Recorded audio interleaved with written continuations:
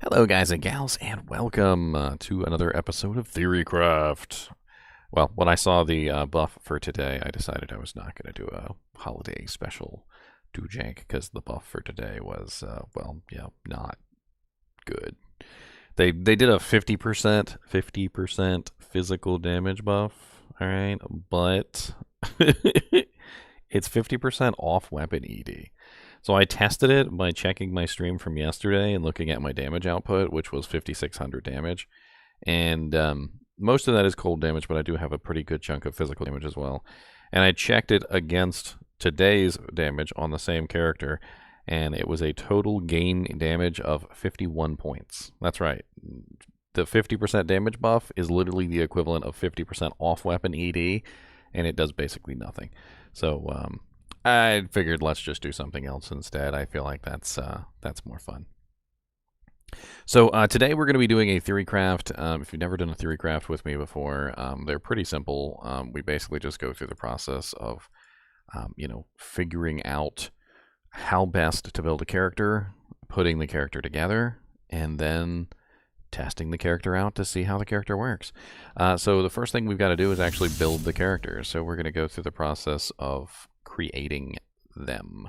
And you're going to be able to see my thought processes here. I've already set up the character so that we don't have to worry about doing that, so that it's already finished. What we need to figure out is equipment and things like that. And the first thing that we're going to set up is actually going to be the merc, because I know what the merc is going to be.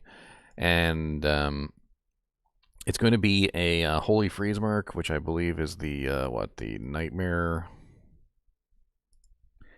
Desert Mercenary. Is it the defensive or the offensive? This is the original Diablo, so it still does matter which one you pick here. And I can't remember for the life of me which one it is.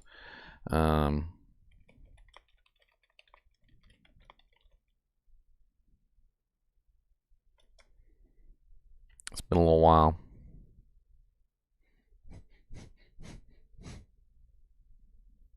It's I think it's the defensive one, right? You guys are saying defensive. I'm saying defensive. Let's go with our guts and let's just pick defensive. All right, so we're gonna grab the defensive merc. I'm gonna go ahead and beef him up in levels here. Alive, save. Let's do level 93. That sounds good to me. Let's go ahead and import his items. So he's definitely going to be using an infinity. I know that like infinity is an expensive item, but this is a fringe character. I don't know if you guys have ever played a fringe character before, but these are characters that don't generally tend to work very well. So it's important to note that when it comes to these particular characters, they just don't tend to do very well. And that's not necessarily to say that they're impossible to build, just that building them usually requires high levels of equipment, and it's not something that you're going to do like right from the start. So this character is probably going to be using an infinity to actually make the mages actually do their job. So let's go ahead and import that in here. Infinita. Where are you, Infinity? There you are. We're going to put it in a Eth Mancatcher. That's the best choice for him. Eth Mancatcher is a very nice choice. I'm also going to do a little bit of defensive work here. So I'm not really so much worried about him living, because I think he's going to be just fine. I'm worried about my mages dying constantly. And so one of the things that I think I'm going to do, just so that I have a more survivable army, is I'm going to throw Flickering Flame on the merc. And the reason why I'm doing this is just because I really feel like if he has a Flickering Flame and the fire resistance goes on my my entire army, I won't have to worry about them dying all the time to hydras and meteors and firewalls and all of the bull crap that tends to kill the army. Granted, they'll still die to lightning attacks and they'll still die to cold attacks, but the cold attacks are far less frequent, and hopefully I can get through the lightning attacks just fine. And then I was thinking of doubling up his total just elemental damage, because I'm going with an elemental damage build. And I was thinking maybe I'd give him a freaking dragon armor. I thought that would be pretty cool. Just like a freaking Eth Archon Plate dragon. And the reason why I was thinking this is because he's already got Holy Freeze. He's already got the Flickering Flame. And then the Hydras coming out also would be beneficial. And the entire purpose of this build is to be an elemental damage character. So, like, I'm trying to get squeeze as much elemental damage out as I can. Now, the problem with this though is I don't have any lifesteal on the Merc. So this might not actually be an option. I might have to replace this Archon plate with something else. But we'll go ahead and we'll test it. I'm going to go ahead and add in a different armor for him. It does have lifesteal, just in the off chance that he ends up dying all the time. So I'm going to grab a Chains of Honor for him.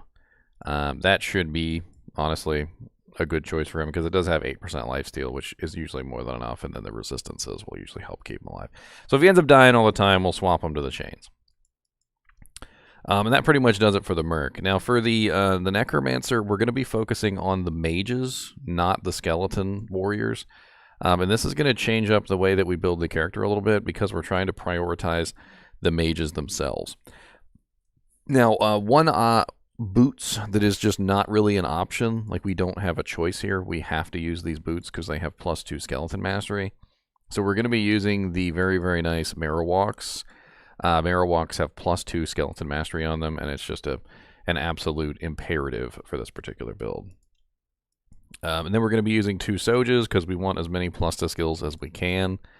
Sojas are going to give us the mana that we need, and you're going to find out why we need a ridiculously large amount of mana, because the funny thing is that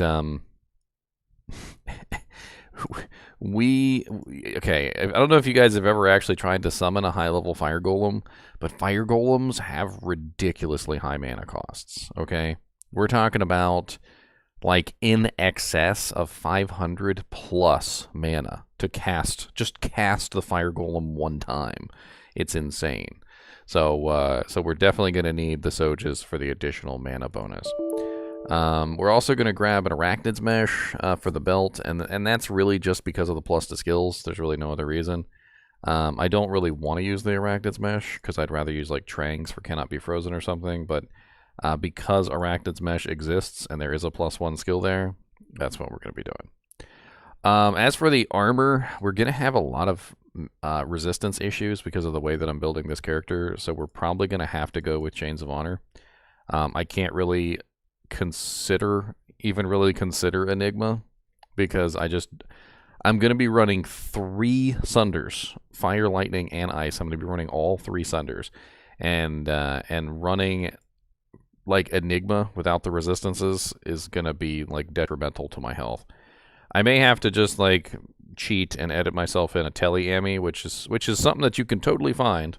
Tele-Amis or Tele-Circlets are totally things that you can get your hands on. It's just, you know, I'm going to need a teleport of some kind. I don't need Enigma's teleport, but I need a teleport. As for the gloves, I really can't figure out what the hell gloves I was going to put in. I like tried to think about it, and I don't really know.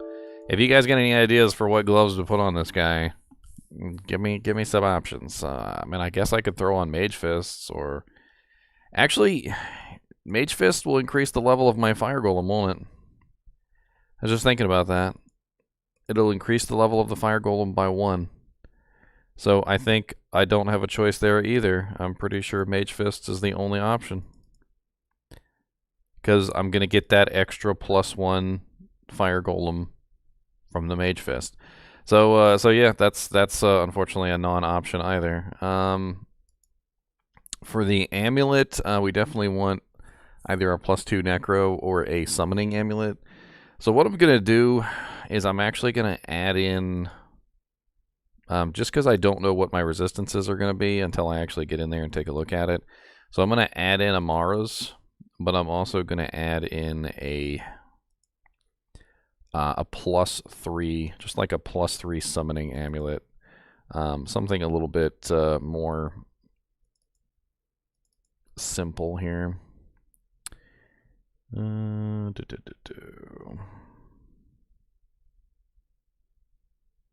just take this one, I believe. No, that's rare. We don't want a rare one.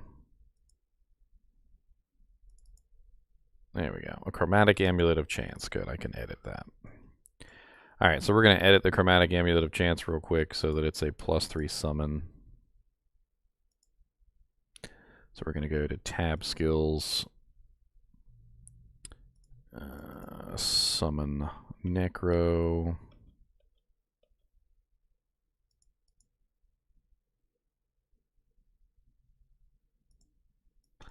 Three.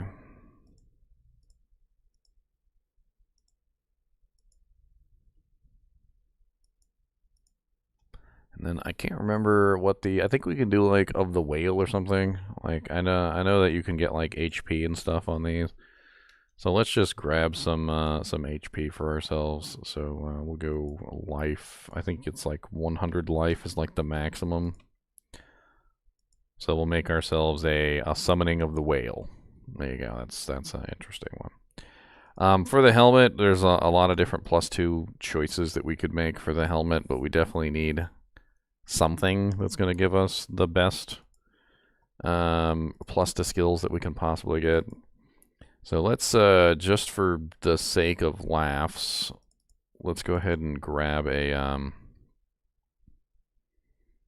Harlequin crest. You'd like almost never see me put this on a character, but I feel like it's a decent choice. And then let's also put an alternative helmet.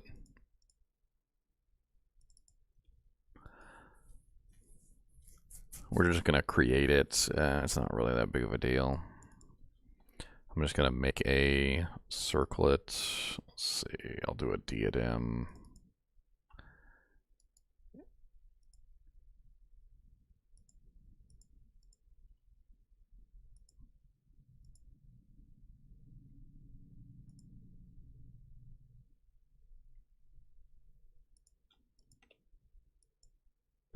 We'll put 2 sockets in it. Not that it really matters. And then we're same thing. We're going to grab the tab skills.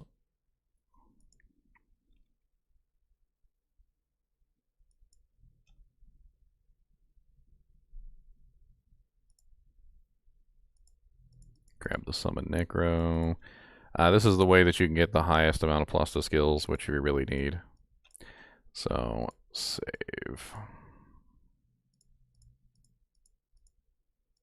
And then let's throw teleport on this. I don't even know if you can get teleport on a circlate with +3 summoning skills, but let's just go ahead and throw it on there. Charged skill, teleport, level 1, just 255 charges, why not?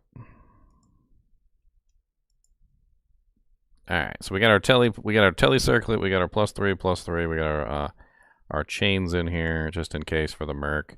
Now we go to the other equipment. So I'm probably going to give myself a CTA, and I don't normally do that, but I want more plus to skills. I want as many plus to skills as I can possibly get, and this is going to be one of them. I forgot to pull up the stream, didn't I? I did forget to pull up the stream. Hold on. I can't even see you guys chatting because I forgot to pull up the stream. Here we go. Yeah, Theorycrafting the Diablo universe. Exactly. That's what we do, okay? So let's go ahead and give ourselves the CTA weapon and CTA call to arms. Give ourselves a flail, doesn't matter. And then over here, we just need a generic plus to skill shield. We could just, well, spirit is really high strength though. Do we even want spirit over here? Is there a better +2 like raw skill shield that we can throw over here that's not 156 strength requirement?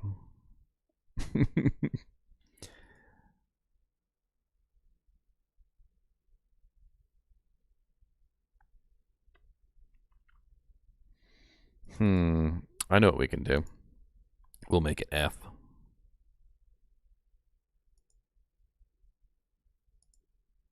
That'll lower the requirements a little bit, and that way we won't have to. We're not actually going to use that shield for anything. It's just going to be on the offhand for CTA buffs. For the main hand, we're going to be utilizing a specific weapon for the army. So Arm of King Leoric is good for the skeletons, but it's not particularly that great for the mages, if I remember correctly. Let me just double check Arm of King Leoric just to be sure. So Arm of King Lyric has 2 summoning, and it has 2 raised skeletal, so we get a total of 4. But I was thinking that it might be better for us to... You know what? Arm of King Lyric still might be the best option. I don't know. Let's just go ahead and add in Arm of King Lyric anyway. And we'll test it.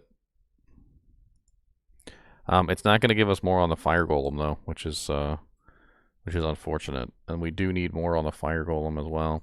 So we'll add in the wand, but if it turns out that the wand is no good, then we'll switch to my other option. So the other option that I was going to use was just a Hoto. And the reason why I was going to use a Hoto is because it also gives +3 to the Fire Golem, and it gives +3 to the mages, as opposed to +2 to the Fire Golem, so we get an extra Fire Golem point there. And I'm assuming the Fire Golem is actually going to be a pretty big part of our damage, although I'm not entirely sure on that. We're going to have to do some testing. Hoto. Let's go ahead and grab the Hoto anyway, just so we have that sitting by as a standby. And then for the shield's actually going to be a very specific piece of equipment that we would have to find. So this is not going to be something that you're normally going to see on a character. And I'm going to go ahead and grab a Necro head. Let's grab an elite one. Let's grab a Bloodlord skull. And then we're going to edit the Bloodlord skull so that it has additional skills. So we're going to add in some various skills on here that are definitely going to help out this particular build. It's going to be a +3, +3, +3, and I know that's probably something that's pretty rare and you're not going to be able to find, but I don't really care. This is like fringe, like, is it even possible build? And if it turns out that this maxed out version, this like optimal version, is not capable of, you know, like actually performing well, then we know that it's not possible at all, because we've pushed this character to its limits, essentially. So you kind of see where I'm going with this. We're pushing the character to the uttermost limits of its abilities, and we're trying to see whether it's even possible. And then we can dial it back later if we need to. So we need skill levels. We need Fire Golem. So Fire Golem is the first one, and you can get Fire Golem on items, and you can get up to +3. So that'll be our +3 Fire Golem, and then we're also going to have +3 Skeletal Mage. And finding this would be insane, by the way. Like, actually finding this is probably going to be just nuts. So Skeleton Mastery, we need 3 Skeleton Mastery, and then also 3 Skeletal Mage.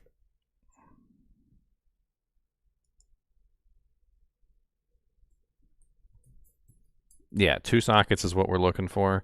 So we're gonna be putting a specifically 1 rune word in this.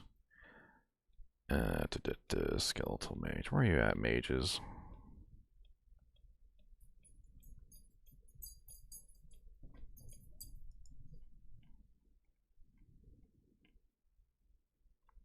Oh, it's raise Skeletal Mage. That's what it is. All right, 3.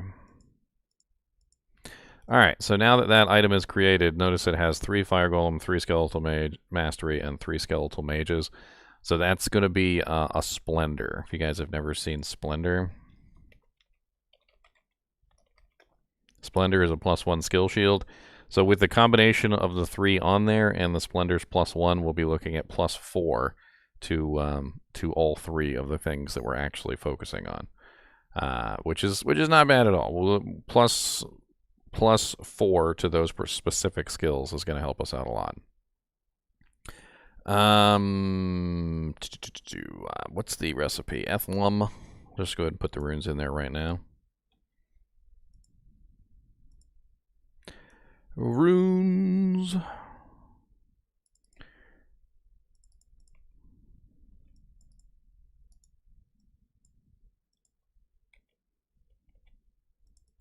It's very cheap, by the way. Like, it's very, very cheap. What does it set to? 4 sockets? Yeah, we need to edit the number of sockets.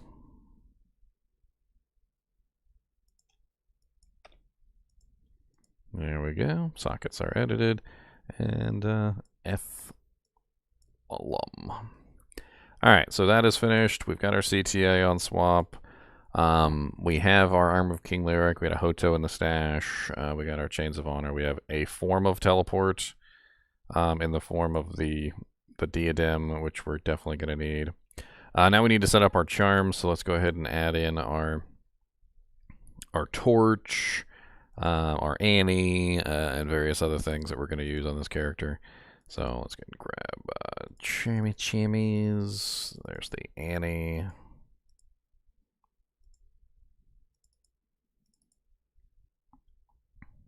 We've got our Hellfire Torch.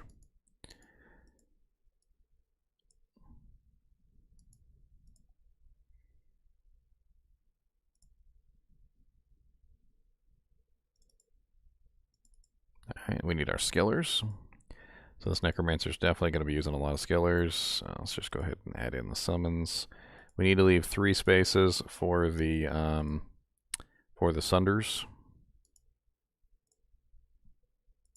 And honestly, I mean, at this point, we just want to see if he can even survive at all. So let's just go ahead and add in some life. Actually, I'm thinking life mana. Although life resistances would also be nice. I think we're actually going to need the mana to to summon the dang golem. So I'm just going to do life mana small charms. Alright, and I think that's pretty much it. So let's just go ahead and transfer him over, and let's test him out and see how he works. I'm also going to copy over some other files here real quick too. Give me just a minute.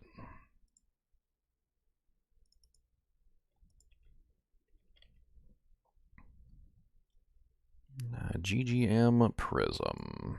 There you are.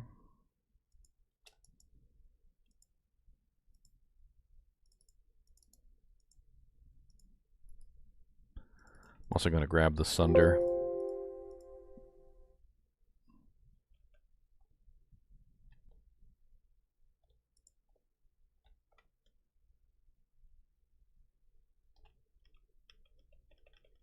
I can't even remember what the hell I named that guy. The guy that has the Sunders on him.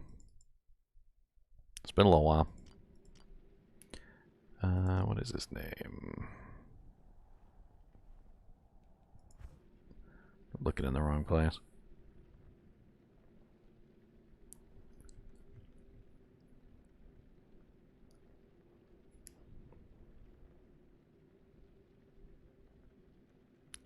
Charming, that's his name. Charming. Ha ha ha. I didn't make up that name.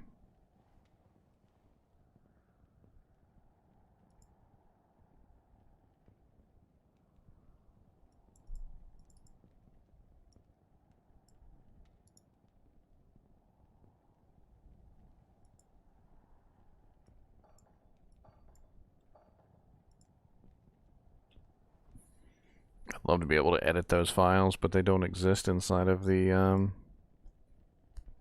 regular game. Alright, copy, paste, and we're ready to go. We just got to reboot this, and once we reboot this, we should be fine.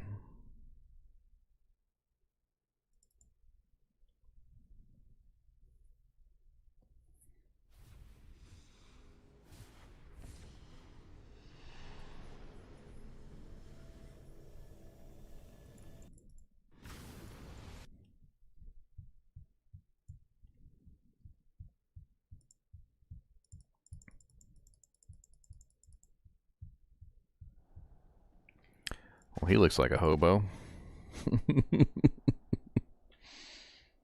He looks like a hobo. He looks like a hobo. Dirty, dirty hobo. He looks like a hobo. He's got 0% all res. Zero, he's out. Oh, sorry, okay, Chains of Honor isn't actually activated yet. Alright, okay. Alright. Alright, let's just go ahead and throw on his more ridiculous equipment. just so that he has his summon skills and everything. Our Mercenary, it ended up being the Holy Freeze Mercenary, so we got it right. Look at that. Apparently I messed up the order on the Corona. Vex Vex. Why is it Vex Vex? What is wrong with me? Dag nabbit. Dag nabbit. I can steal the Flickering Flame from somebody else. It's not that big of a deal. I'm pretty sure there's a Flickering Flame on...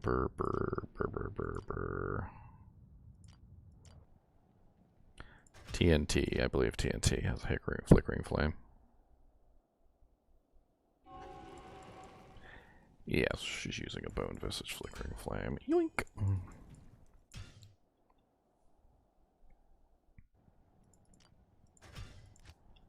Yoink!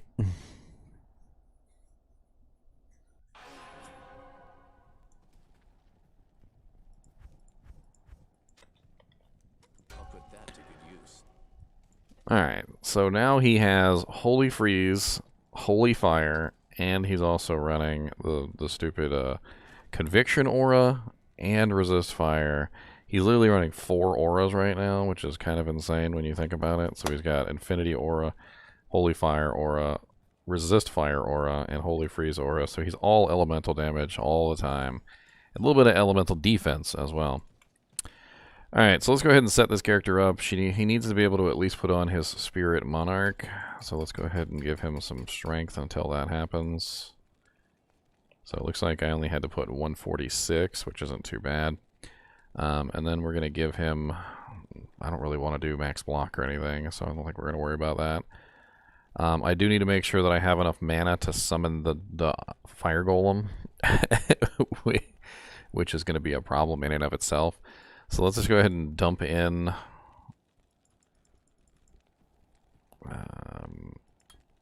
20 points into Skeleton Mastery, 20 points into Raised Skeletal Mage. Let's go ahead and grab our basics here.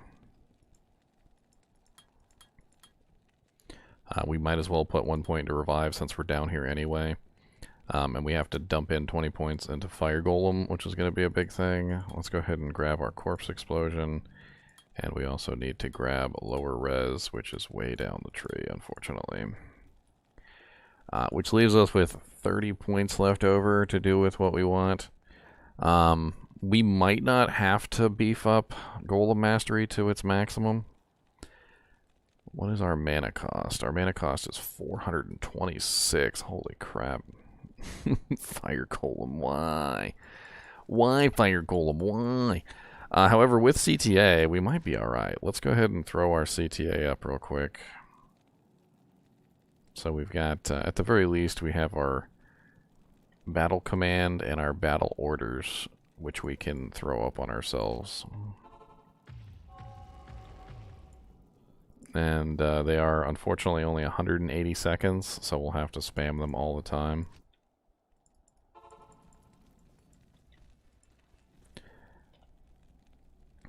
Let's see here.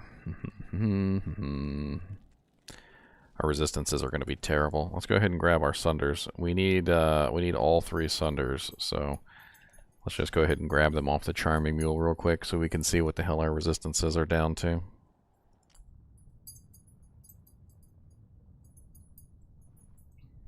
He's a little bit old at this point, so he's kind of far down the list.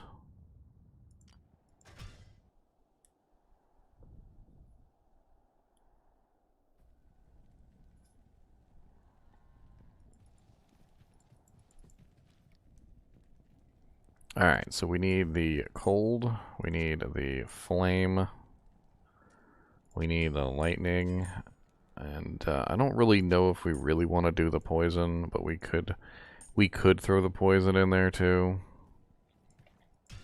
It's going to lower our overall damage output, but I'm not really sure if the poison mage is really worth the effort. I feel like the poison mage is not worth the effort. But we'll play around with that. The problem with the poison is that the poison doesn't stack. So there's issues with the poison. And it revolves basically around the fact that poison is non-stacking. So if I have multiple poison mages, for instance, they're doing nothing. So as soon as one poison mage hits a target, that monster is poisoned, and then all the subsequent poison mages essentially do nothing until that poison runs out. And so, like, it just doesn't really make a lot of sense to go deep inside the poison mage category with the poison sunder. But unfortunately, that does bring me to -40, -40, -40 on all my resistances, which is pretty awful. Which is one of the reasons why I was considering Mara's instead to bring those resistances up. But even with Mara's, I'm still at -10, -10. Now, I could put like an all-res jewel in the wand. That would help out a little bit.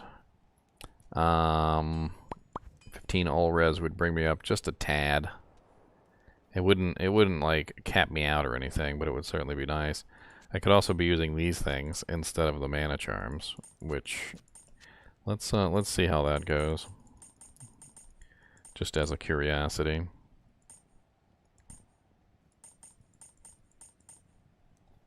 So now we have what, 20% res with a bunch of all res 5s. Let's throw some of these 20s back in here too, why not? I mean, we can get our resistances up to a somewhat decent level, but we're going to lose points on the fire golem. And granted, we could always just simply put this on, like, do our little buff, summon our fire golem, and he's at level 46 right now. Oops. Wrong side to summon him on, my bad. Level 49 fire golem. Alright, so we've got our level 49 fire golem up. And we need to build the army with the high plus to skills. Let's go and grab some potions real quick while we're at it.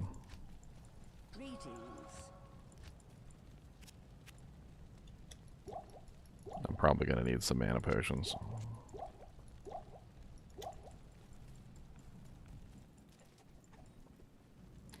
Lilith ugly Christmas sweater? What? Not in town. Alright, so let's get our army up here on the list. Trying to see here. Let's do F3, F4, F5, and then let's put this on F6, and let's put the fire golem on F7.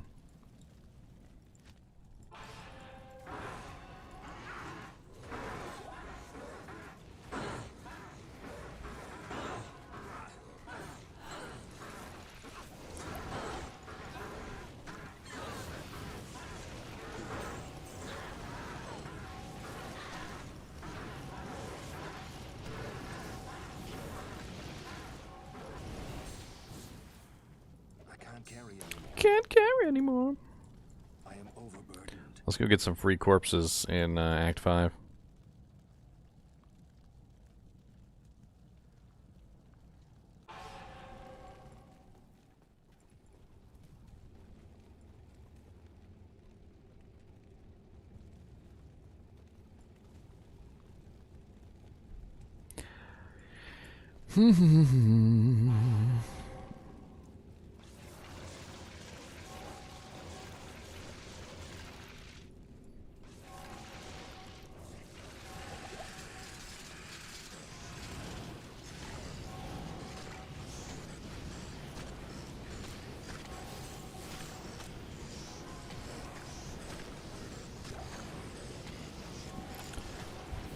Now, I believe this is P8 already. It should be P8. I usually keep it at P8 for testing purposes. Oh no, this is P1. That's sad. Okay, never mind.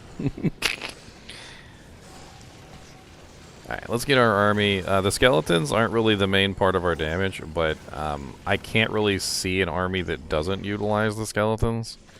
Like, it's kind of like a catch-22. Like, you want the skeletons to be there to absorb damage so that your mages aren't constantly dying. And that's really what I'm using them for. So I've got 18 mages, which is kind of insane. And it looks like I only have 11 skeletons. If I swap, though, I'm going to lose 2 skeletons while I do my buffs, which is unfortunate.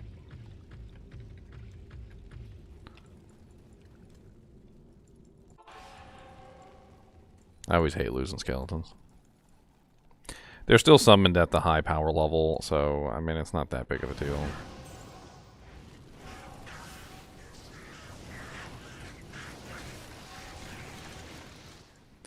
Alright, let's swap this up to P8, and let's go somewhere where we can actually test these guys to see how well they do. Let's start somewhere a little bit light, and we'll go to the cow level. I feel like that's a decent place to start.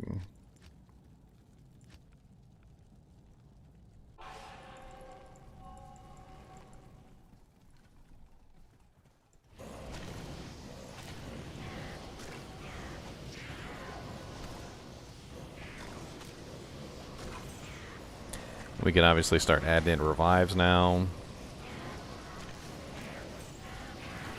Now, another interesting side effect of this build is that my corpse explosion the fire side of my corpse explosion is going to be extremely powerful. Not the physical side, but the fire side. Because I'm going to be basically reducing any monster that's not immune to fire down to like negative 100% fire res. And it'll be interesting to see how that plays out in the cow level. Especially in P8. Actually, I forgot to throw 20 points into lower res. I want that as high as I could possibly get it. And then I had 11 points left over. I did forget what to do with those. Now, we could beef up the skeletons. I was thinking that might actually be a decent choice. Or we could beef up the fire golem. I mean, we do have level 26 golem mastery already, but we have an additional 11 points to do with what we will, so to speak. Do we beef up the golem, or do we grab stronger skeletons? Level 29 skeletons isn't bad, but we can beef them up a little bit to a higher level so that they're not dying as often, which could be useful. All into CE. That sounds like a plan. I like it.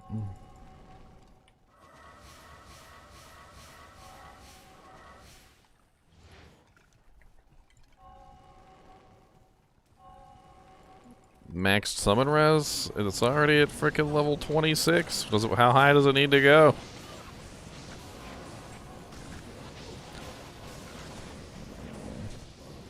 Charles, let me burst your balloon real quick.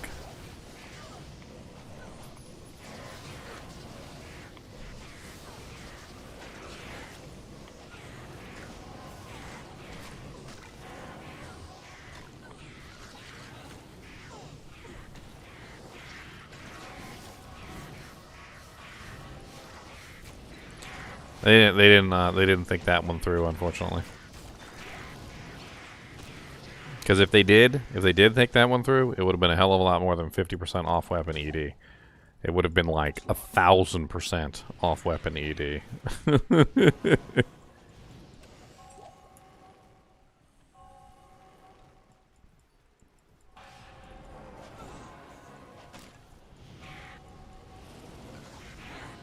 Where the hell's my cow level at?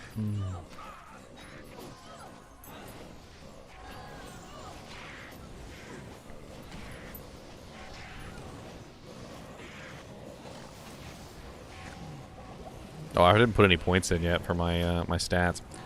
Let's go ahead and grab... I want to grab like 5, 10, 15, 20, 25, 30, 35, 40, 45, 50. I want to put about 50 points in energy, and then I'll dump the rest into life.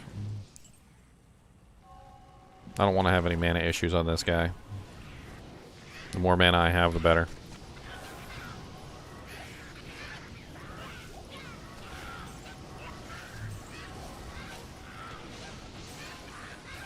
Alright, now I need to set up my teleport key. I forgot about that. Oh, good old Arm of King Leoric coming to the rescue with the bone prison to save me. Save me! Watch it be right next to the waypoint, and I just went the wrong way.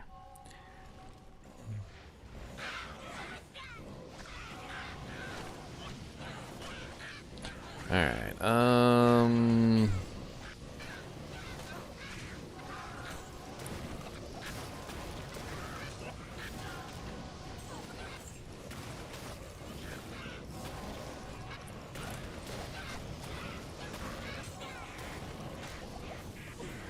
let's see how they do on Griswold. I'm kind of interested.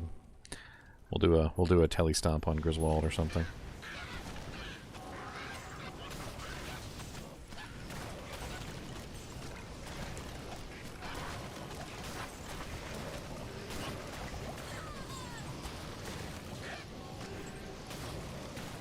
Oh, there he is right there.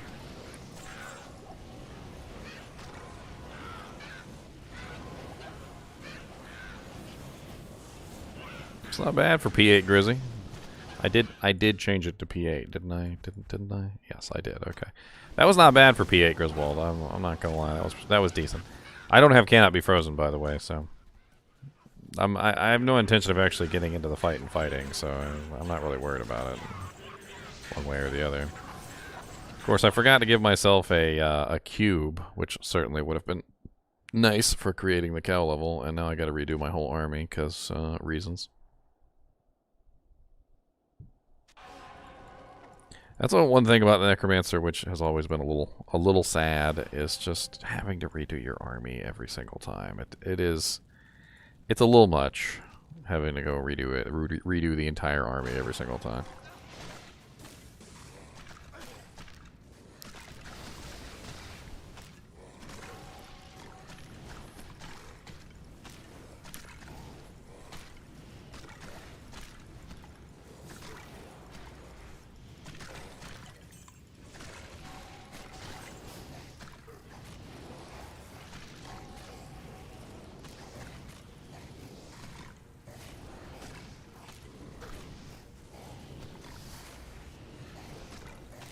What does my lower resist last?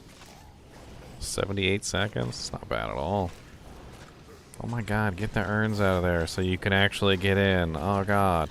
Who knew kicking urns would literally increase my damage output by 7,000%? Little did you guys know that kicking urns was the way to increase your damage output, boys. That's how you increase your DPS, by kicking urns. Don't let the urn kick you on the way out.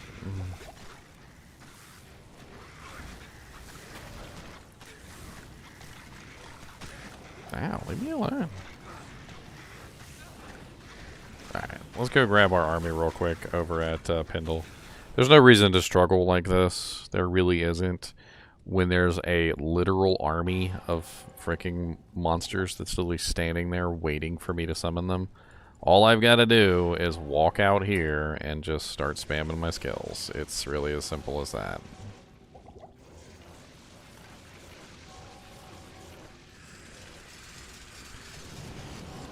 And then there's another set of corpses. I don't know if you guys are aware of this, but there's 2 sets of corpses, not just 1, but 2 in Theorycraft.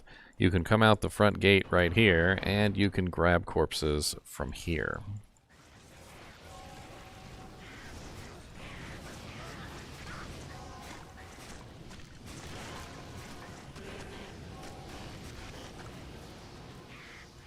There's always corpses along the edge of the map right here. They're always just waiting for you.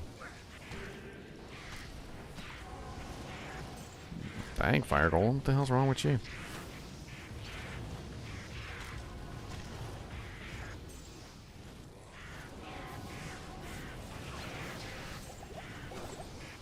Freaking 8,000 EXP. Alright, give me my skeletons. I need my skeleton army for blocker turds. They need to block for me.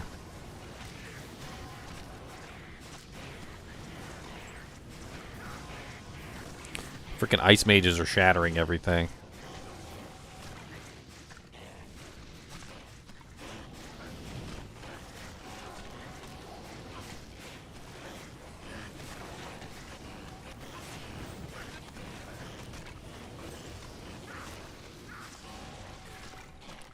Alright, we've got our full army. We're good to go. Let's go summon the portal. Oh yeah, I need my cube. Let's go get the cube.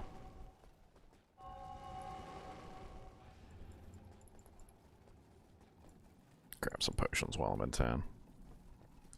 Never underestimate the old talk to Akara or Mala or whatever, the healer of the particular town that you're in when it comes to necromancers and summon armies, because they literally heal your entire army for free, like instantaneously. They don't just heal you, they heal the entire army. Like, you just go back to town and heal them. Doesn't take like 2 seconds. Alright, let's teleport in there and see if we can die. Sounds like fun.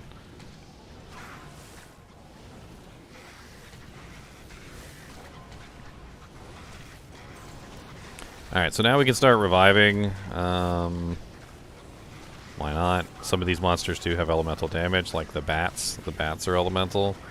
So it's just more elemental damage to our cause, so to speak. Get a couple more fodder skeletons. Nothing too fancy there.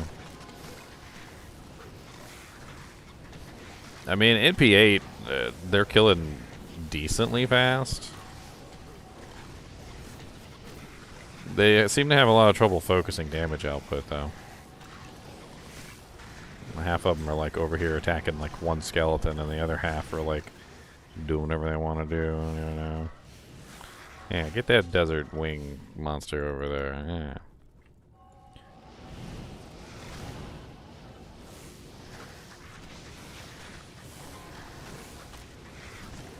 Yeah. Alright, then we can start corpse exploding. With lower res and conviction, our fire damage should be absolutely insane.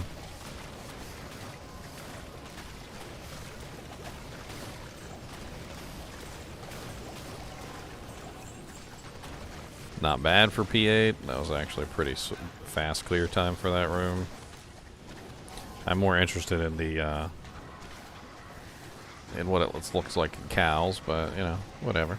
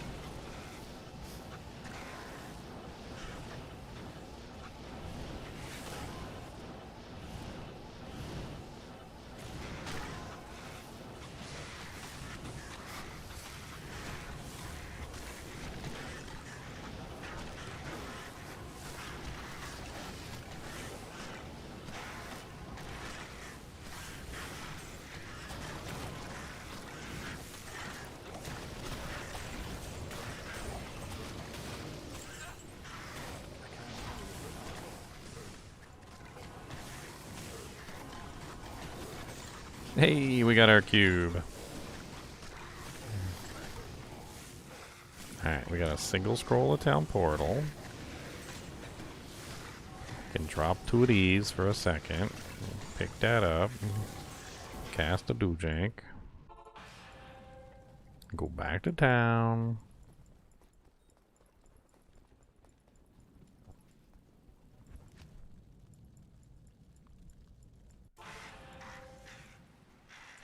Rearrange.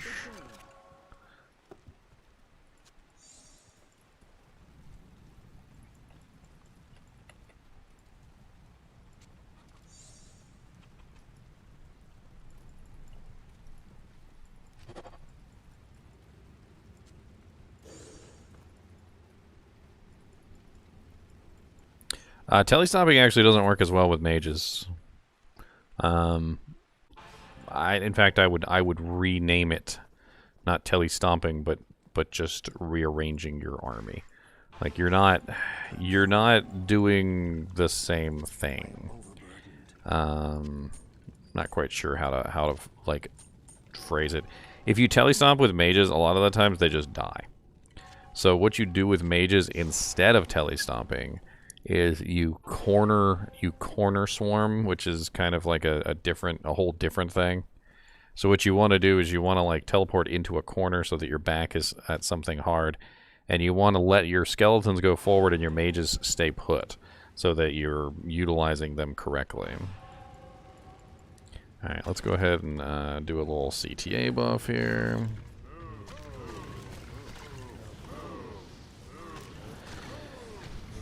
Get our lower resistance up.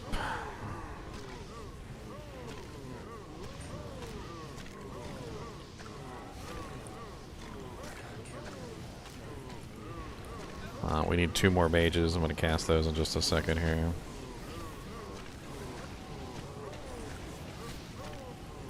Alright. Get off some revives just for some fodder.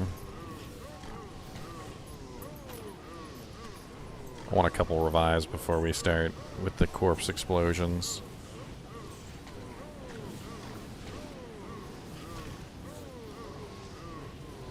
Merc is standing there doing nothing. Literally standing there doing nothing, by the way. Good job, Merc. Good job, buddy. I'm proud of you. I am so proud. I am so proud.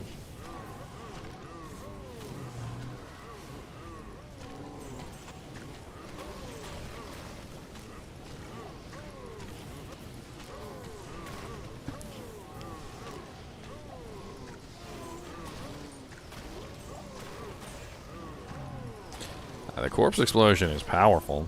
It's very powerful. Let's go ahead and get more of our little cow army going here.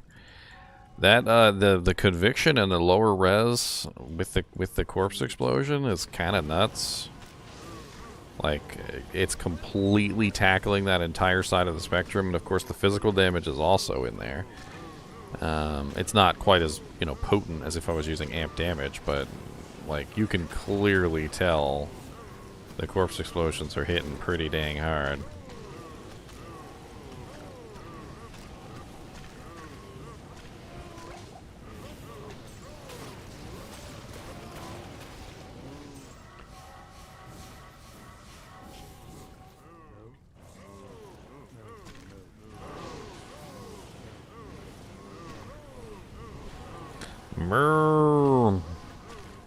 We need more cows. Everybody come over here. Everybody come over here.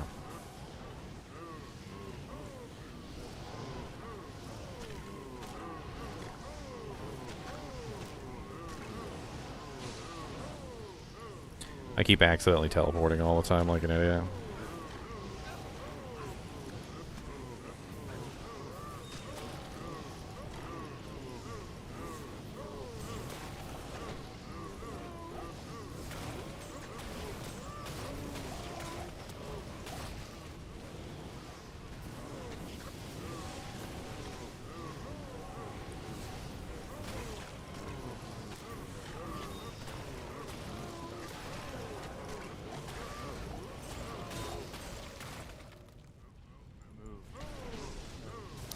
I mean, as it is right now, with the buff, of course, my Necromancer skeletons are dishing out. Gold, what is it? I don't even know how much damage they're dealing because it doesn't really say. Actually, now that I think about it, it doesn't really say anything, does it?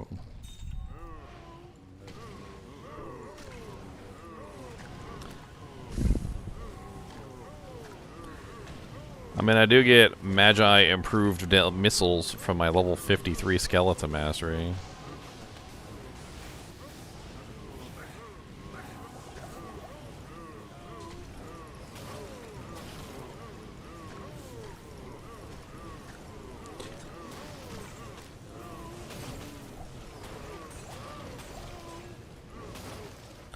I mean, Corpse Explosion obviously works well. I don't think anybody's ever going to argue that Corpse Explosion doesn't work well. But, like, if we're looking at a, like, non-Corpse Explosion kill, like, how long does it take us to kill monsters without Corpse Explosion? In P8, obviously. I mean, they don't focus their damage very well, that's for sure. When they are attacking a target, it seems like they do decently. But like if they're all spread out, and I have a lot of poison mages this time. So one thing that you might have to do, unfortunately, with this particular build is you might have to deliberately kill your poison mages, because there's just way too many poison mages right now. In fact, let me just teleport back a little bit so I can separate these guys out. You really only need like 1 or 2 poison mages. Like having more than that amount isn't useful to you as this particular character. So what you actually might have to end up doing is sacrificing a couple of your mages and then resummoning them, like so that you don't get poison mages. And every time you get a poison mage, you'll just have to desummon him. It's a little mini game, I guess. Not a very good mini game, but a mini game nonetheless. If only it was easier to choose which ones to summon and which ones not to summon.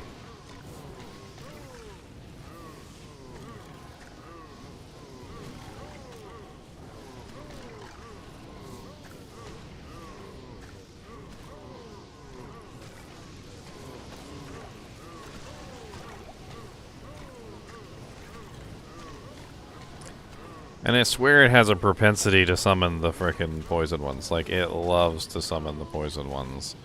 And the poison ones are probably the most useless out of the whole lot.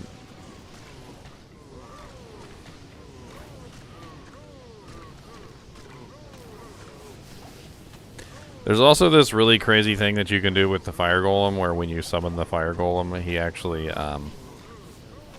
causes explosive damage upon his creation and death. So if you actually had the mana to, you could just like spam the fire golem in the middle and dish out a bunch of damage. But I think that's the reason why they made him cost so much mana. He's 426 mana cost, which is kind of crazy. If I had a Might Merc, an Infinity, and a Bramble, I'd be rolling over everything, but that would completely be the opposite of exactly what I'm trying to do with this entire Theorycraft notice. Like, at that point, I might as well just completely convert it to a regular summon Necromancer. The entire purpose of this is to do an elemental damage Necromancer, not a summon Necromancer. Summon Necromancer is already a tried and true, you know, like, verified, like, gold plus certified power supply. No, I'm just kidding. Build, like, nobody's questioning that the summon Necromancer can do it. This is a question. It's, can an elemental Necromancer do well? And this is P8, by the way, so, I mean, he's struggling a little bit in P8. He does manage to get kills. Although I'm going to be perfectly honest with you, I'm pretty sure that the Mercenary is actually getting most of the kills. Like, he's probably actually getting more kills than anything. The Fire Golem is dying a lot. I'm kind of surprised at how much the Fire Golem is actually dying. Like, he shouldn't be dying. He has 6,128 life. I feel like he's strong enough. He should be okay. But no, he's not.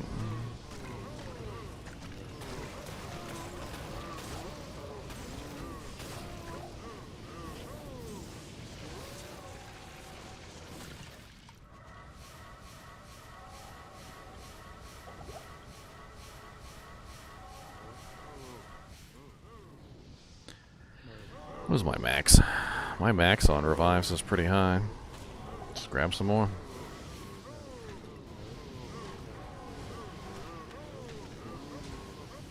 Dragon or Dream Words equipped. Unfortunately, they don't do much damage on a non-paladin, non-necro, non-sorceress. Like, it's not the kind of damage output that actually has any meaningful addition to a character unless your fire mastery, lightning mastery, or synergies are affecting it. A lot of people come to me and they talk to me about that, and they're like, well, what if I put dreams on a barbarian, or what if I put dreams on a druid, or what if I put dreams on this character or that character? And the answer to the question is always the same. Unless you have synergies or some way to multiply the damage in some form, it's useless. They don't do anything unless you actually have a form of multiplication. Yes, My Hero Editor file is being spammed in chat over and over again if you want to download it.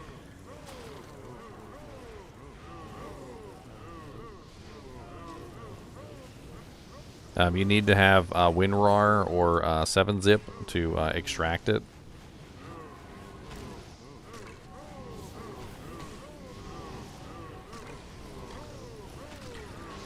I mean, so far I can tell you one thing. Does it work? Yes. The build works. I mean, it's mainly utilizing Corpse Explosion anyway, but it's utilizing the side of Corpse Explosion that is fire. So utilizing the fire side of Corpse Explosion works, and it works pretty well. As you can see in P8 Cows, I'm doing just fine. Let's go somewhere with a little bit more spice to it, shall we? Let's go to P8 Chaos, and let's see how that works out. P8 Chaos could be a more interesting challenge for this character, especially since it has a diverse list of immunities. A lot of fire immunes there, a lot of lightning immunes, a lot of cold immunes, and we'll see how it works in P8 Chaos. Let me go ahead and beef up my army real quick.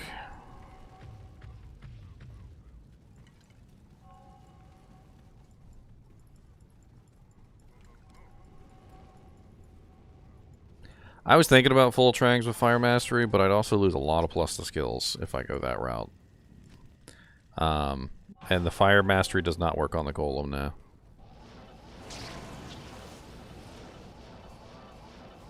So the thing about Fire Mastery and Lightning Mastery, and Cold Mastery is they only work on you. They are only you. A lot of people confuse this, especially with like enchant sorceresses when they enchant other people. They're like, I got an enchant and it does like 5,000 fire damage, and then they cast it on the actual person and it doesn't do anywhere near 5,000 fire damage. And the reason is because enchant does not apply the Fire Mastery bonus to other people. It applies the synergy bonus to other people, but not the Fire Mastery bonus to other people.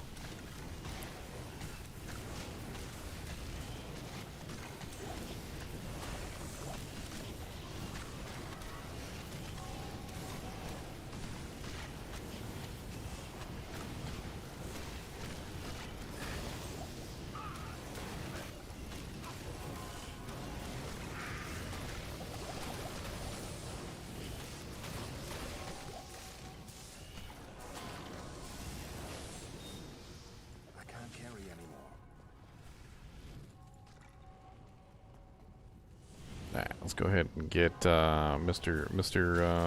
Bootface out of the way.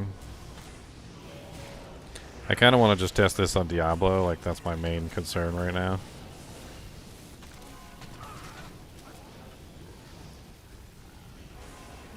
The mages seem to be preventing my army from spreading out, which is a little odd. I'm not gonna lie. It is making it a little difficult for me to stay alive, because my army is not spreading like they normally do.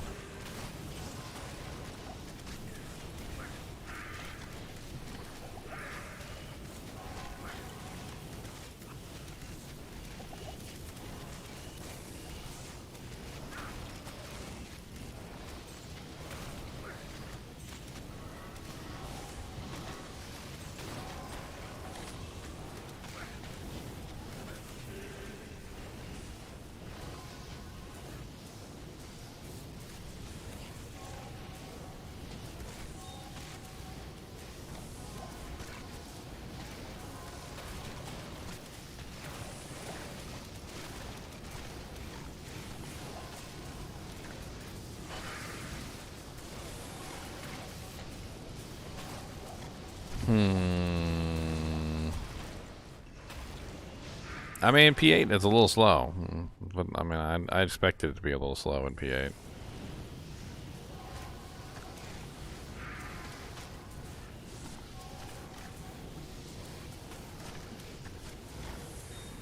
Freaking Golem doesn't even have cannot be frozen.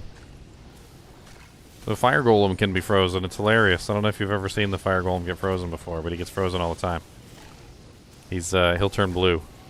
When he gets frozen, he just turns blue. And it's weird looking too, because he's obviously on fire, but he's blue fire at that point.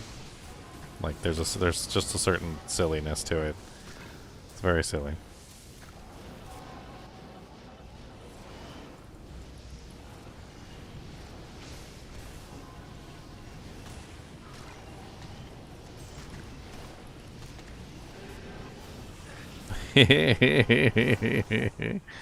I accidentally teleported in like an idiot because I'm an idiot. That's really all there is to it. I'm an idiot.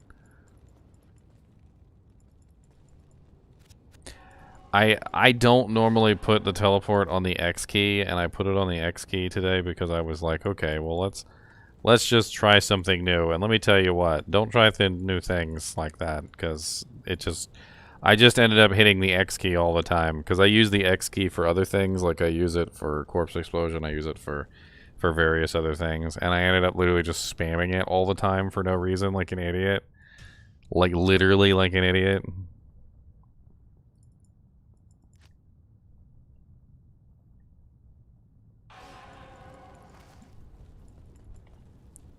All right, let's get our Dujanks up real quick.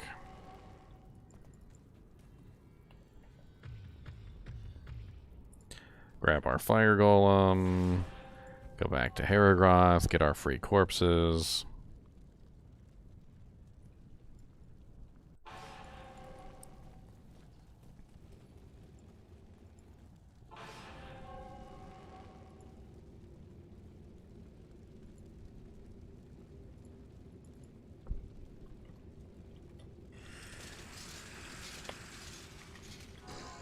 Of course, I didn't get my free corpses because I was busy doing something else. Something silly. Something silly. That's okay, I didn't build an army yet, so I'll just refresh.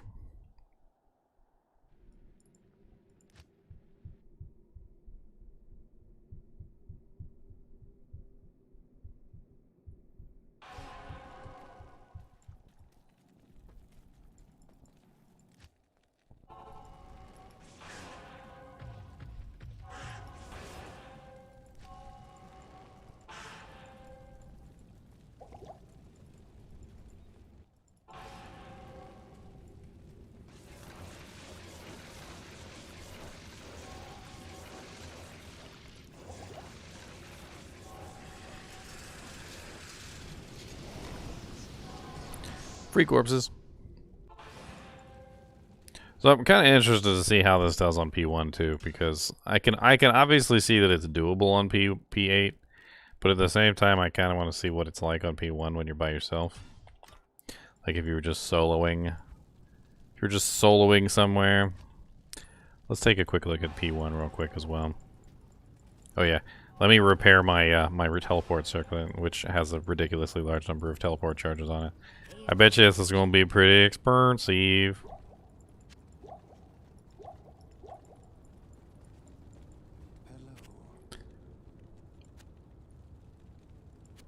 $42,000, only $42,000? Really? That's pretty darn cheap. I'm not gonna lie.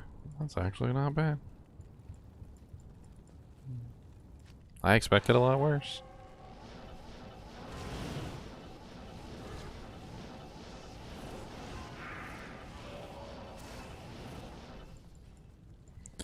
Alright, so we did set it to P1, didn't we? Or am I... Did I forget? Okay, I did. Alright.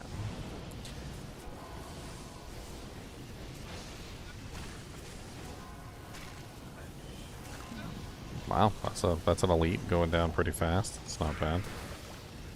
I got no skeleton warriors. Let me get a little bit of army running here.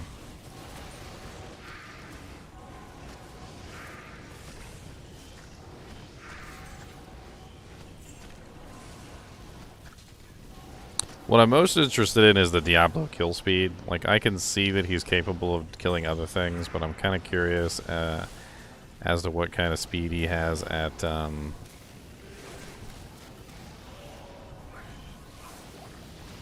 actually killing Diablo himself. Especially with the corpse explosions involved, it's pretty much just spam corpse explosion, everything dies.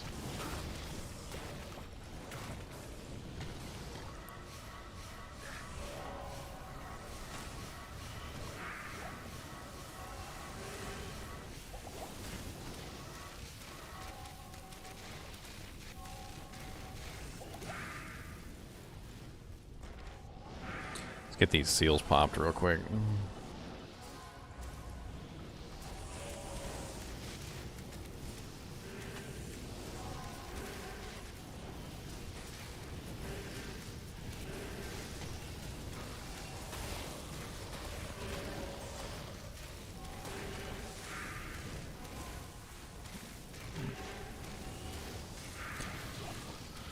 Swaya!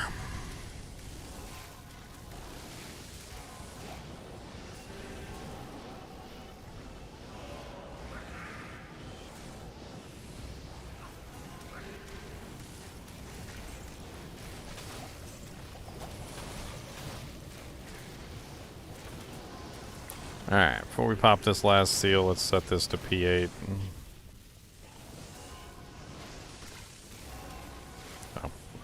Oh, I meant to do that. There we go.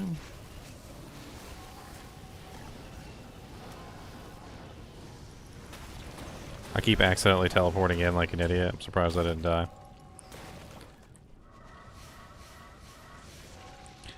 Alright, let's see how we do against Boboblo, shall we? P8 Boboblo. Might be good to go back to town and clear off this, this curse.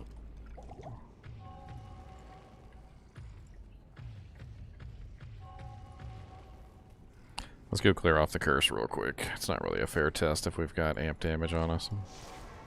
Who fights Diablo with amp damage on them? That's silly.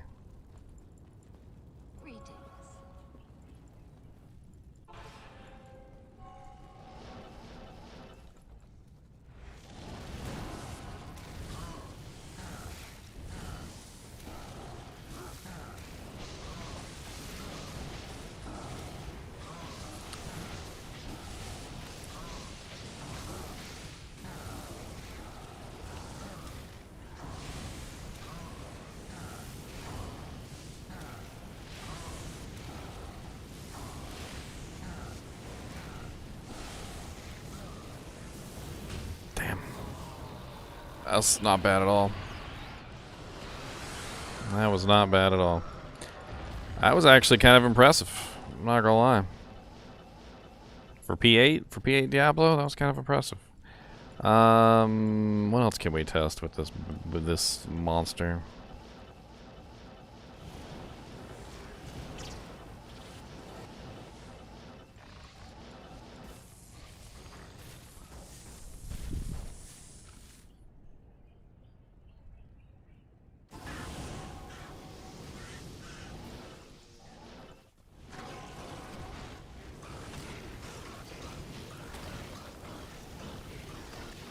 We are still in P8, right?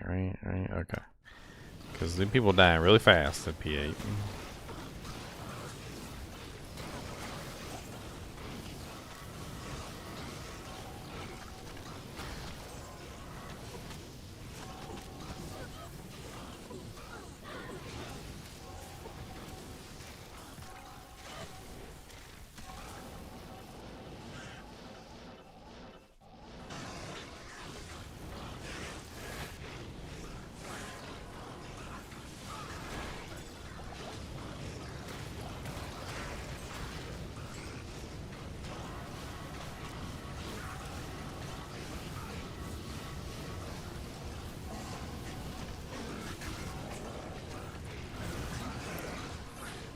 So he's fire enchanted, lightning enchanted, which means he's probably immune to fire and lightning.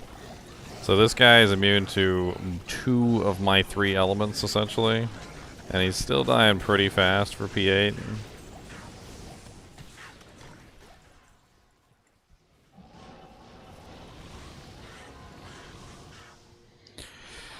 I can't do that here. I mean, the fire golem's damage output. Let me move myself over real quick so we can talk about these skills. Put me over with the sock. With the sock. Alright, the fire golem's damage output is actually kind of low. The holy fire aura only does 384 damage at its maximum. It's double that within melee range, and he is in melee range most of the time because obviously he's a melee monster. So at the maximum, he's doing like what, 7? Let's just round it up to 800 damage.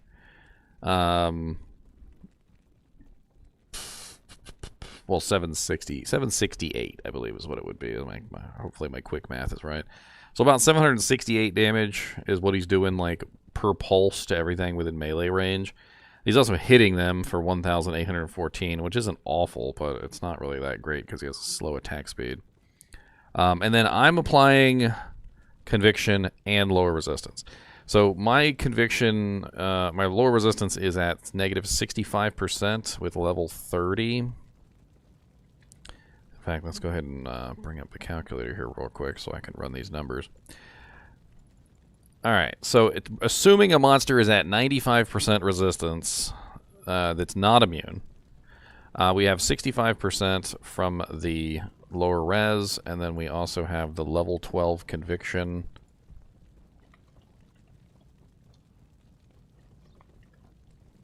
The level 12 conviction is... Can't even remember right off the top of my head. I should remember right off the top of my head.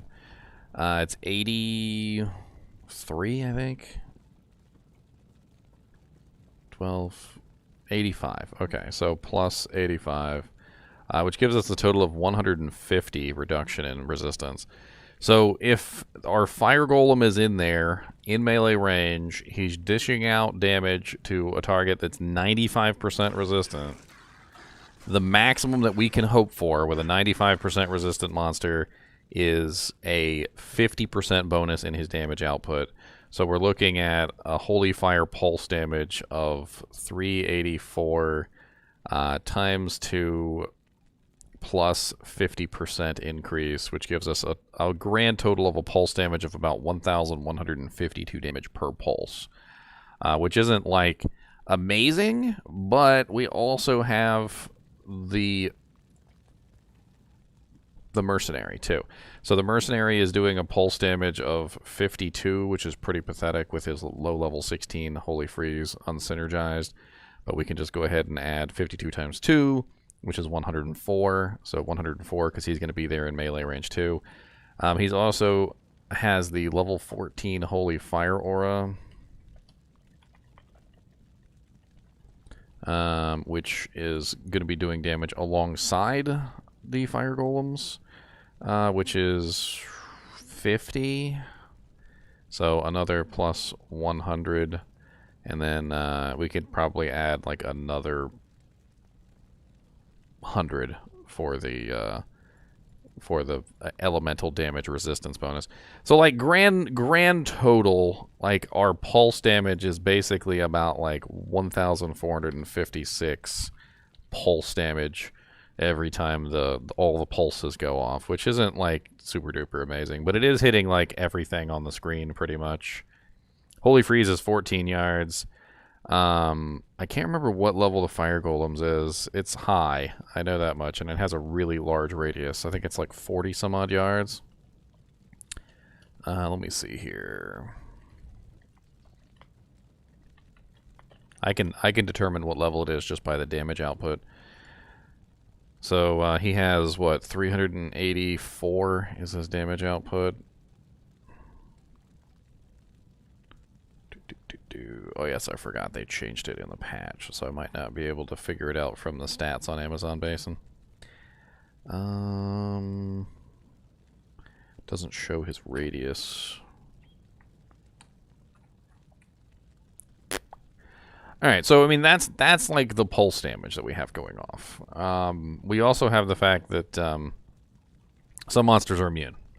So the immune monsters are going to be getting a lot less damage increase, and that's kind of sad. But the damage increase that you get on the immune monsters is going to be 85 minus 80%, which gives us a total of 17. And then our 65 minus 80%, which gives us 65 minus 80%, which gives us 13. So we're looking at 17 plus 13. So we're looking at 30% is what our minions are getting. So the fire golem, the mages, they're getting a 30% increase on any monster, or rather a decrease to the monster's resistance if they're immune. So they're going from 95% to 65%, which means they're still getting most of their damage absorbed in that element, but at least they're doing something. And since I have a mage of every single type, I've got cold mages, fire mages, lightning mages, and poison mages. It's helpful to have that extra oomph on their attacks. I don't know. I'm gonna call it a success. Like, I feel like it's a success. I killed Player's 8 over Diablo relatively quickly. I don't really have a whole lot of issues building armies. It's while it is a success, all right, in quotations, let's put a little asterisk next to the quotations and say it's expensive as all get out. Like, holy crap, is it expensive? Like, you need some pretty crazy equipment to be able to make this work.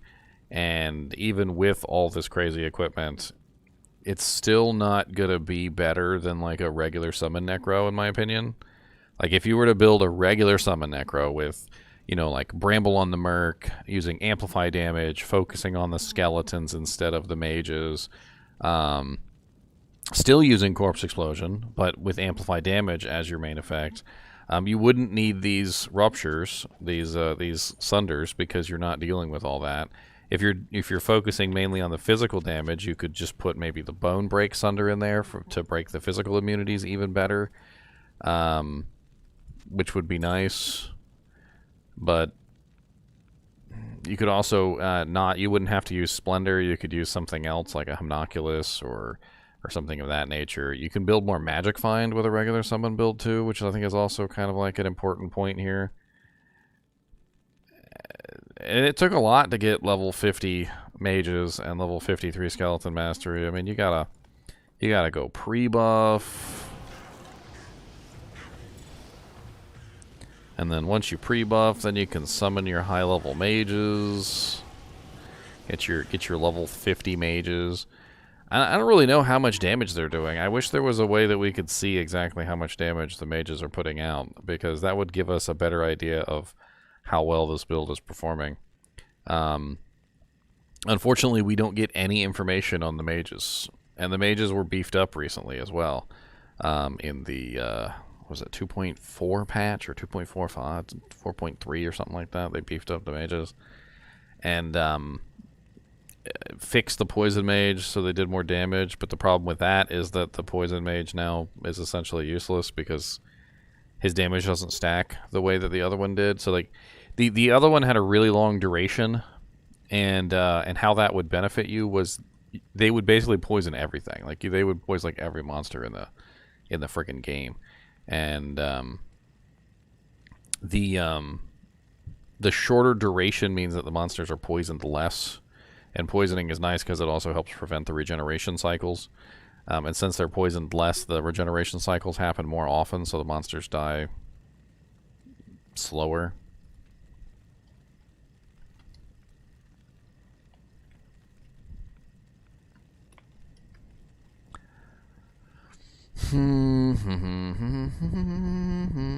We could check on max roll and see if we could actually see the level of the of the mages. I don't know though. Take a little while to build the character in max roll to actually get it set up properly.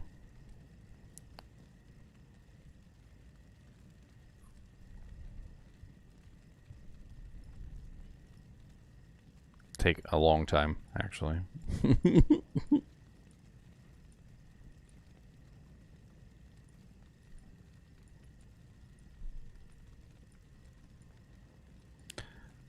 wonder if somebody already has a build that I could, like, let's try this. Summon Necro Max Roll build. That way I could just modify it. Modify their build and then not have to worry about it.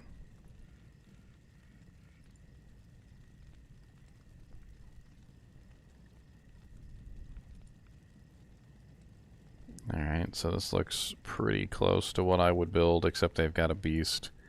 And I need the Arm of King Leoric, so let's throw the Arm of King Leoric in there. I'm gonna bring this over here so I can actually see it.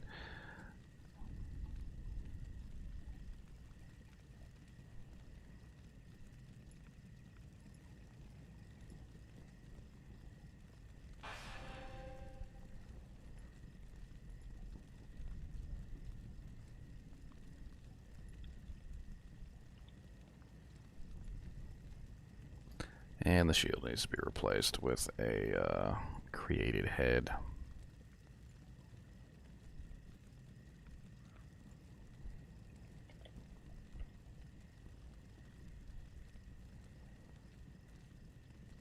Let's just use a Dark Force spawn skull for right now.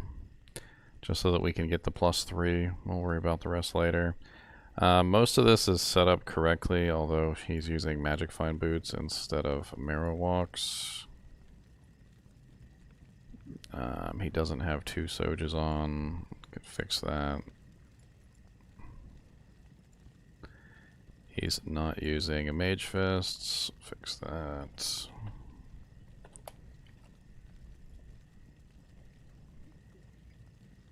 And it's got CTA.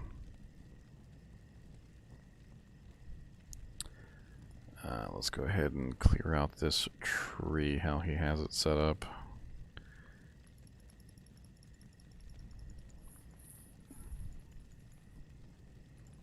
Pump these points into the mages instead.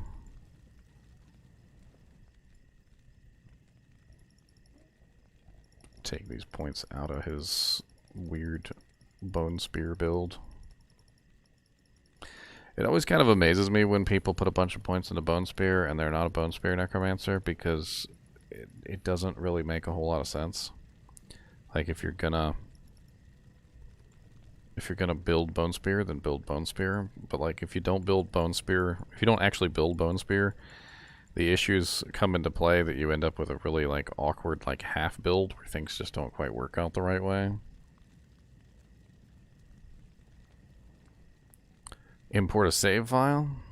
I don't even know if you can do that. Can you do that? Public API, select a file. I guess you can import a save file. Sure, why not? Let's let me open this in a new tab though, just to be sure. Because I've already spent a little bit of time trying to get this one correct. I don't want to accidentally ruin my progress if this one doesn't work and then I have to redo the entire thing.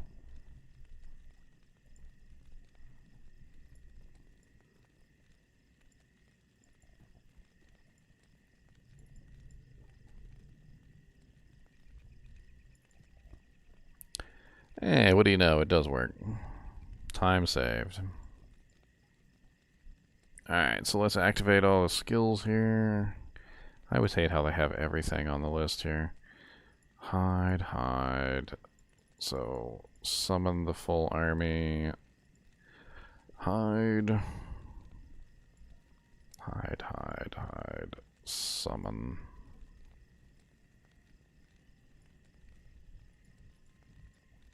Activate. Summon.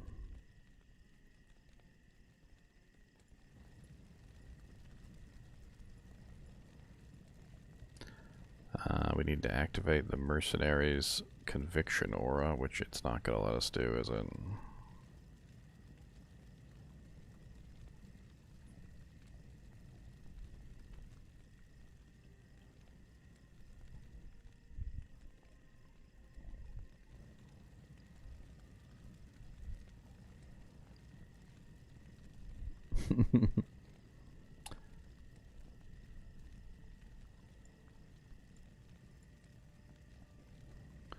We need to add a debuff to the monster here. Hold on. How do we add the external debuffs?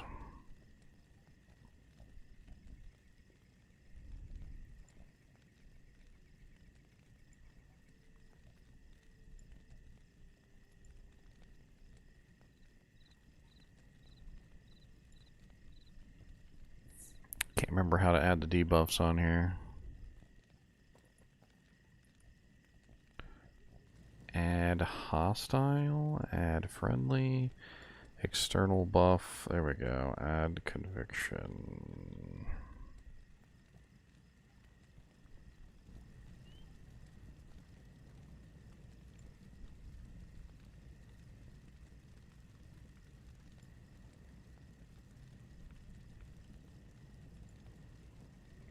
There we go.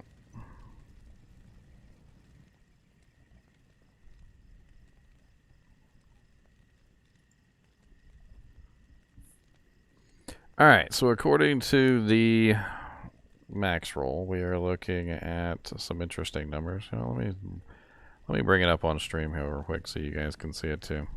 Probably should have done that from the get-go. Probably should have done that from the word go. Come on down and we can say no. Probably should have done that for the word go. Is this it? Yeah, this is it right here.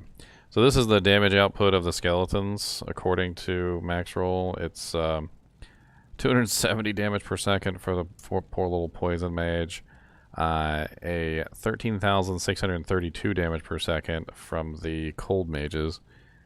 14,215 from the fire mages and 13,976 from the lightning mages. Our corpse explosion is apparently doing up to 9,897 total damage with 6,598 fire, which is pretty impressive. Our fire golem is down here somewhere. Where is he? There he is, fire golem. Make sure that's up on screen so you can see it. The fire golem is apparently dishing out 1,930 to 2,285 with damage per second of about 1,695. So my numbers were pretty close to accurate for that.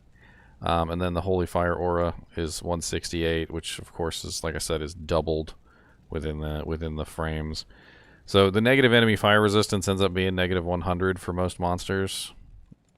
We could change this though, like for instance, like down at the bottom here, I can change this to a more powerful monster, like let's do a boss, and then let's grab like somebody like Andariel. Why not? Let's grab Andariel. And so you can see it changes our damage output. This is I think the individual damage output of each mage. It's all very... a lot. It's a lot. It's a lot of numbers, a lot of various things that are coming into play here that are going to make the damage go up or down, depending. And, I mean, that's our, like, total damage output, but I'm actually kind of curious if this is the total damage output for an entire army of that particular type, or if it's for... like spread out, like do they spread it out and give like an equal number to everybody? Because I have a feeling this is like if you had a full army of cold, or a full army of fire, or a full army of lightning, you know, etc. And since the poison doesn't stack, you can see the poison literally just doesn't do anything, because one poison mage is essentially the equivalent of the maximum amount of damage that you can get. And this is probably assuming a full group of cold, but it looks like they're all pretty much identical. The fire seems to be topping out a little bit over the others. So we're looking at about 14,000, I would say about 14,000 damage per second from the mages. So let's just go ahead and say 14,000 damage per second from the mages. And then the golem is providing us with another 1,600 damage per second, so about 17, but we could just like round that up to 20 between the two, so about 20,000 damage per second. And then we also have the holy fire proc, and then the mercenary himself is also providing some elemental damage as well. He's got the holy freeze aura, which is a small damage bump per pulse. Then he also has the Holy Fire Aura, which is another small damage per pump. The Chain Lightning, which is going to be going off all the time, is also not bad for a decent amount of extra damage output. And then he's also going to be spawning Hydras all the time, which he was. which is also another little bit of elemental damage output. I mean, it really comes down to just a whole bunch of random sources of elemental damage. You know, the mages, you got fire, lightning, you got ice, you got poison, you got the fire golem, the fire aura on the golem, you got the fire aura on the merc, you got the cold aura on the merc, you got the hydras, the chain lightning, the corpse explosion, and it all comes together to equal something greater than the sum of its parts, I suppose. But it's way too expensive. Like, Chains of Honor already, it's a little bit of an expensive item with a burr in it. Obviously, the Infinity is a big part of this build, and without the Infinity, I don't really think this build would work very well. Because you need the negative resistances to beef up the elemental damage, and without that negative resistance, you're not going to be doing very well. Even with just lower res, I don't think lower res is enough. It's definitely not going to be enough by itself. Now, granted, he doesn't have to be wearing Dragon. In fact, I'm not really even sure the Holy Fire does all that much for him. But the level 15 Hydras popping out everywhere is certainly very interesting. And then we also have the Flickering Flame, which probably could be changed out to something else, to be honest. I mean, it didn't really seem like it was too big of a thing. My army did stay alive really nicely, but I mean, he could be using like Andy's Visage or something instead. And then you got the CTAs on the offhand, which I think you do need to get your army up that extra +1. And then 3 Sunders. Those are pretty cheap nowadays, but the Skillers, finding good Skillers is not... I don't really know. And then there's the whole resistance issue thing too. Like, this build requires you to use 3 Sunders. And if you really want to maximize damage output, you probably want to put the poison one in there too, which means you'd be running 4 Sunders, and you're sitting at negative resistances in all categories, even with something like a Chains of Honor on that's giving you a massive bump in resistances.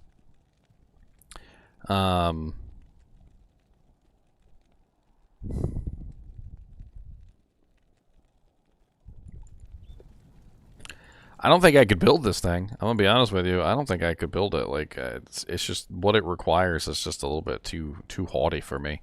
I mean, I do have an Infinity, but at the same time, I don't have a full bevy of Summon Skillers. I would probably need these Resistance Charms. The life, maybe not so much, but the Resistance, I'm going to need a lot of Resistances to make up for all those horrible Resistances. I mean, that -10 means I'm going to need literally, what is that, 85% Resistances somewhere? Now, granted, I could swap the Splendor out for a Homunculus with a perfect Diamond, which would cover some of those resistances. I could also work in Amaras instead. But every plus to skill that I take out of this build, it doesn't matter. Every single plus to skill that I take out of this build is going to be a little bit weaker mages, a little bit weaker Fire Golem, a little bit weaker, until eventually he's probably not going to be able to put out the same kind of damage output that he was before.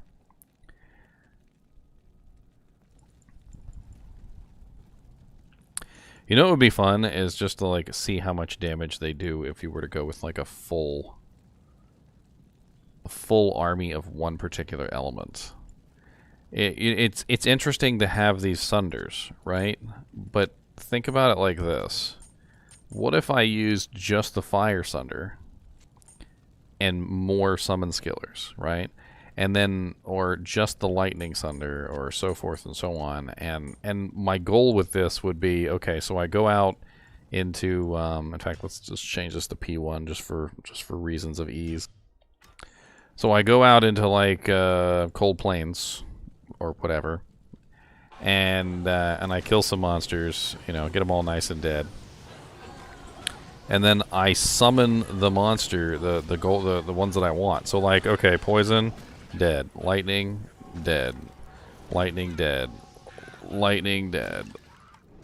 Right? So I just keep doing this until I end up with only the ones that I want. So I'll literally just sit here and summon, kill, and if I don't get a fire, then it dies. Right? And then eventually I'll have a full army of only fires.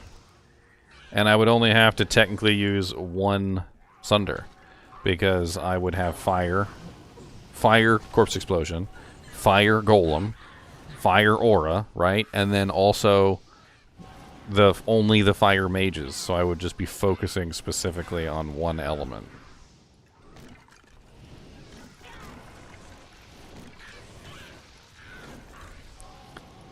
Of course, you know, that level of micromanaging is a little rough.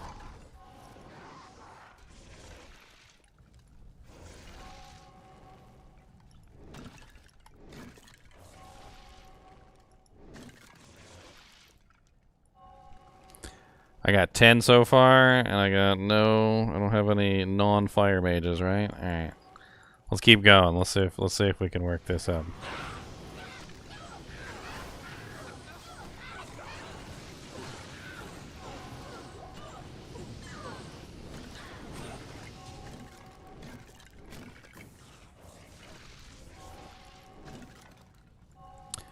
It's a little difficult to make only fire mages. I'm not gonna lie. Like, it seems to have a propensity to flip and flop back and forth between them. There might even be something going on that it's summoning the other ones because I have primarily a fire army at this particular point. Like, because it is summoning, like, the poisons a lot.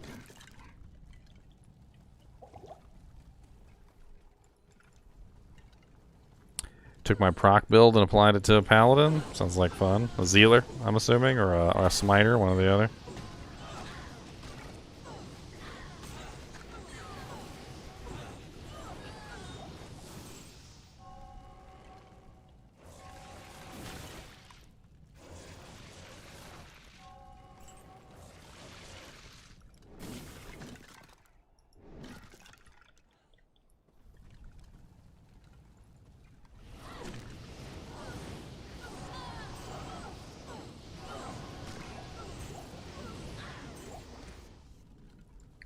Honestly, I think the fire ones are better anyway. Like, I'm watching the fire ones dish out damage, and it seems like they're just better in general. There's also some other interesting things going on here that I think are kind of worth noting. By eliminating all the cold ones, I don't have to worry about destroyed corpses. So that's one boon, is that I don't have to worry about destroyed corpses when I go with the fire mages or the lightning mages. Another interesting thing is that it feels like the travel velocity on the fire attacks from these guys is a little bit faster.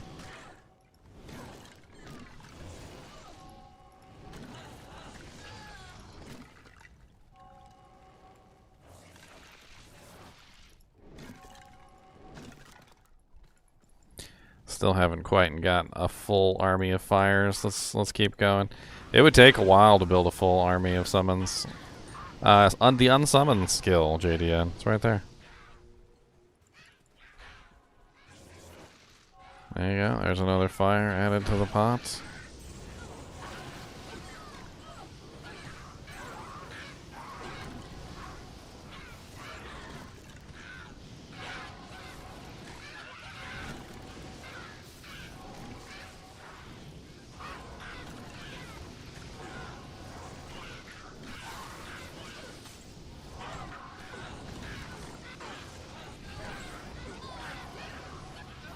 No, he's mixed in with the others. There we go. I finally got a full army of fires. Fighting fire immunes, by the way.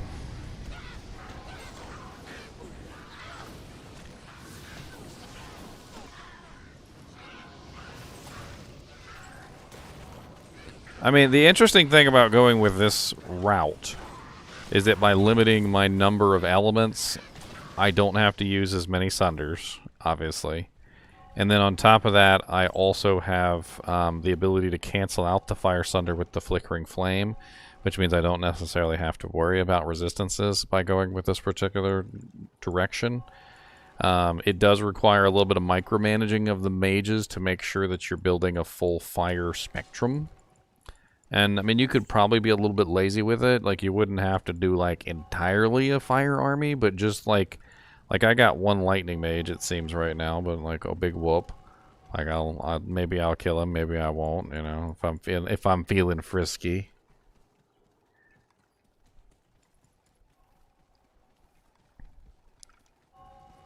No, the fire golem would not benefit from the paladin's holy fire. It doesn't work that way.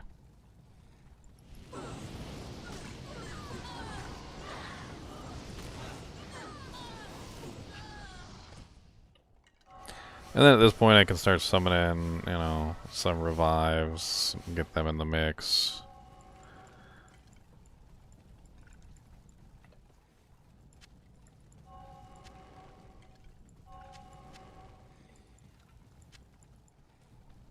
Wait, where's that one lightning one? I'm gonna kill him.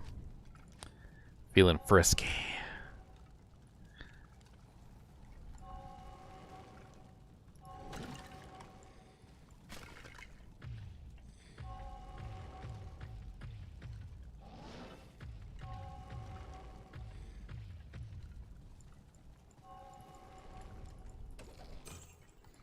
Oh, we got a skill shrine.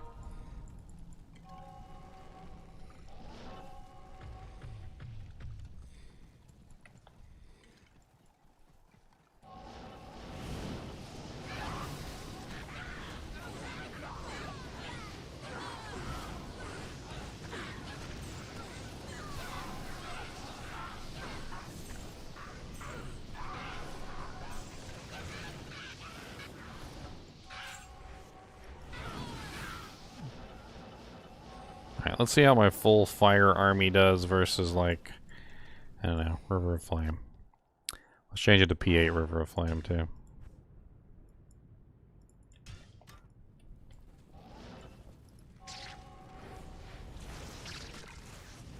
Pit Lords are fire immune. He's still going down really fast. It's kind of impressive. Maw Fiends are not fire immune. Maw Fiends are cold immune.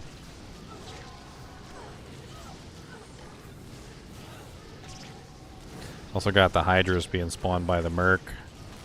So we got a lot of elemental damage flowing into the targets. I mean, they're falling down pretty quickly. I have to admit though that my Merc is probably doing a lot of damage himself, but it's pretty obvious when he's not doing damage because you can see him like just running around being an idiot. Like right now, he's totally not in there attacking anything. And the Pit Lord is still dying. I mean, even P8, he's dying a little slowly, but he is a fire immune, so. Now, if I were to teleport my little booty in there and let them do their work so that they're nice and focused, Pit Lord is draining a lot faster now.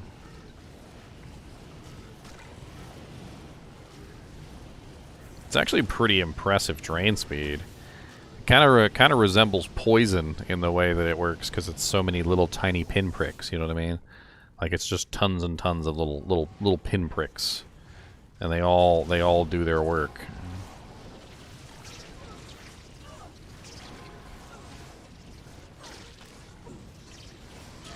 Now, when they come up to the monsters that are not immune to literally everything or that immune to fire, they go pretty quickly. And I can, of course, throw in my corpse explosions here. This is where the corpse explosion would obviously come in handy.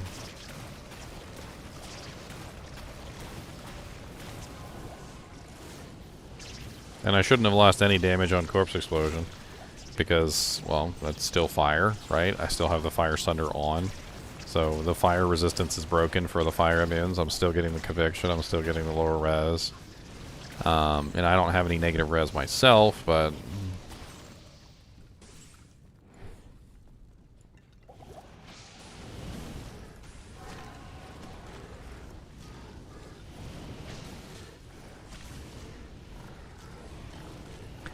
I would lose a lot of plus to skills, Max Hunter.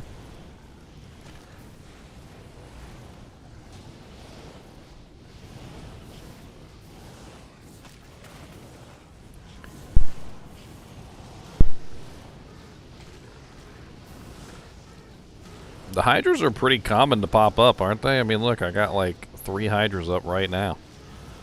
Like, just to having the dragon armor on the Merc, like, and the Holy Fire aura, it might not seem like it's doing a whole lot, but just for the Hydras themselves, they spawn a lot.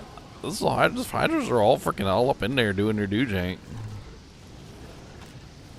And they're not even really doing that much damage, but with the conviction, the lower resistance, the negative 100%, Like, it's just additional firebolts. It's the same thing that they're firing. They're firing firebolts too. So the Hydras are literally firing the same exact thing my mages are firing. Probably the same amount of damage too.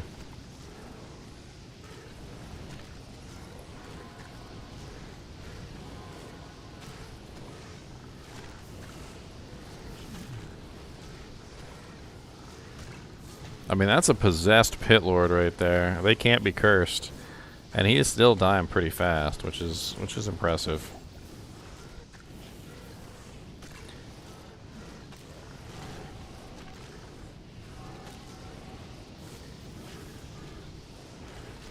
Let's go check out a different zone, something that has less fire immunes. Let's do Canyon of the Magi. That sounds like fun. Into the canyon we go.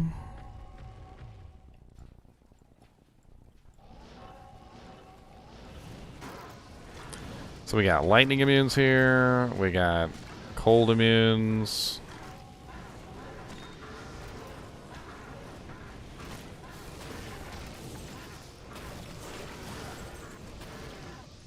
Is this P8? Okay, I'm just making sure I'm on P8.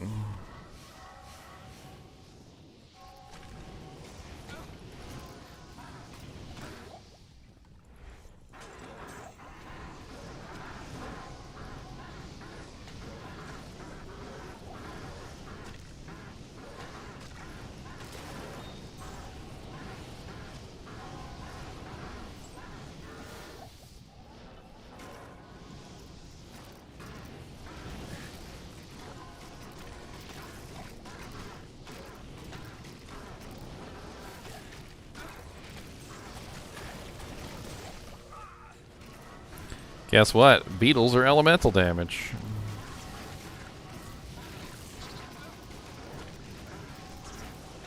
So another interesting thing with this build, and this is something I was considering, and let me just pause this for a second so I can actually talk. Revives can be very useful if you target specific revives. So with a physical Necromancer, especially when you're focusing on amplified damage, you tend to focus more toward monsters that are going to do very good physically, like, for instance, Death Lords, or, Crushers, or Urdars, or, you get, like, the monsters that are actually going to do decent physical damage. But in this particular build, which is another way of thinking about it, is, well, I'm elemental, so why not target the monsters that are going to give me the biggest benefit in elemental damage? Resurrecting Gloams, like ice mages, fire mages, like things that are going to do elemental damage, like fire archers, ice archers, things like that. Like anything that's elemental damage in nature is going to be exponentially increased by the conviction and the lower resistance, right? So even the beetles, for instance, which are putting out all the little lightning, the lightning enchantment, again, very, very nice for my build because it's going to give me additional elemental damage in those regards. And that could be another interesting way to look at this build, is like, okay, well, not only am I getting huge bonuses to my mages, my fire golem, but also perhaps if I target specific revives, I can maybe increase my damage output even further by taking advantage of those effects. Like Gloams, for instance, I think would be like a really good one. Like if you got a full group of Gloams and you were running Conviction and lower resistance, the Gloams should be like rock 'em, stop 'em, robotin' on top of monsters. See, now I kind of want to do that and see. Let's see if we can find some Gloams in either Worldstone or Great Marsh or something of that nature. What do we got? Beetles. Oh, yep, we got Gloams. Alright, we got Gloomies. Hold on, let me grab some potions before my Merc dies. Want to keep him alive. Salutations.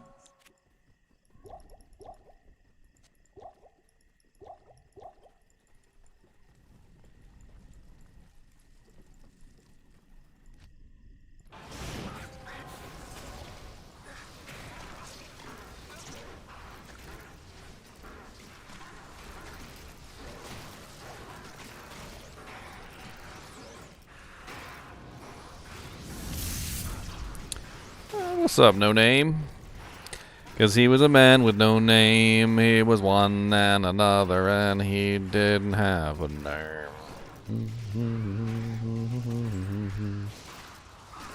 Ow! Steel Scarab. There we go. We got some black souls. Of course, these guys are immune to lightning, which doesn't really help us out very much, but let's do this. Whee!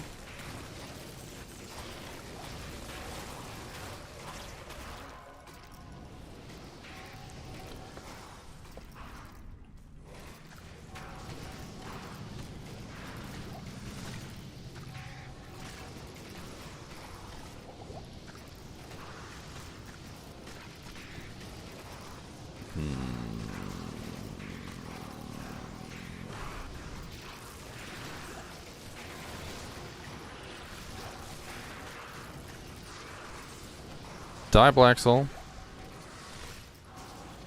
Alright, so we've got a couple Black Souls. Let's take these somewhere where there's not a bunch of lightning immunes. So, let's go back to, let's go back to Canyon of the Magi. Let's see how these glomies assist our army.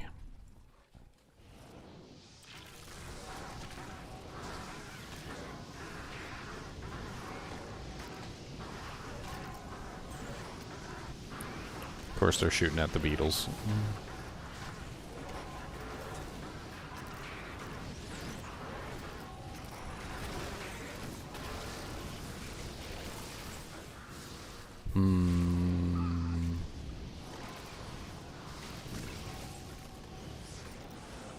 I mean, it's interesting to think about, though, isn't it? Like, that building this way means that you would take advantage of the elemental damage monsters more.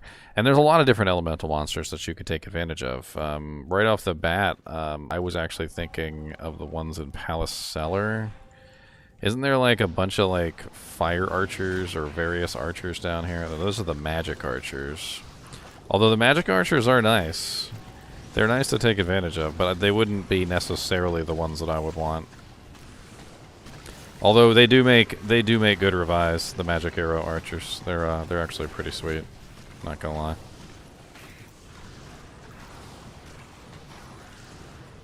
Oh yeah, sewers. We go to sewers and get the fire archers from down there. That'd be an interesting one. The burning deads.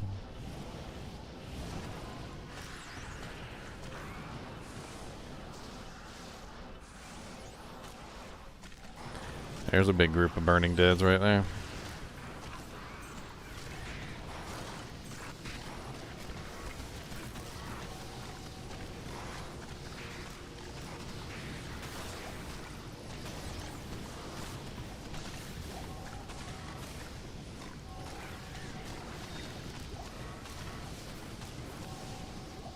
Got another group right here. Fire archers are probably one of the better minions to get, to be honest.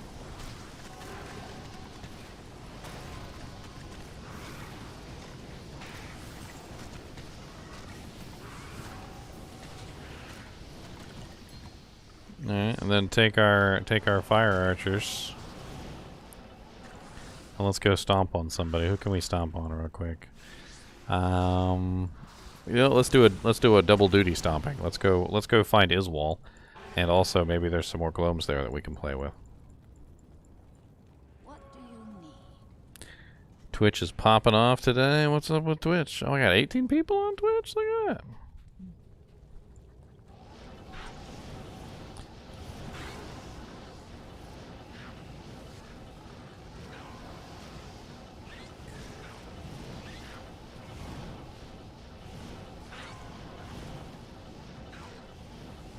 I don't normally count on Twitch for viewership. I'm usually I'm a YouTube guy, so I got mainly my YouTube stuff. But yeah, not bad, not bad. Got more people on Twitch today than I do on YouTube.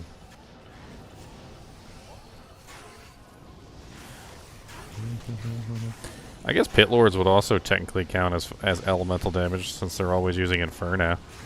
I don't really know how good Inferno works on monsters, but I guess. There's Izzy Busy right there.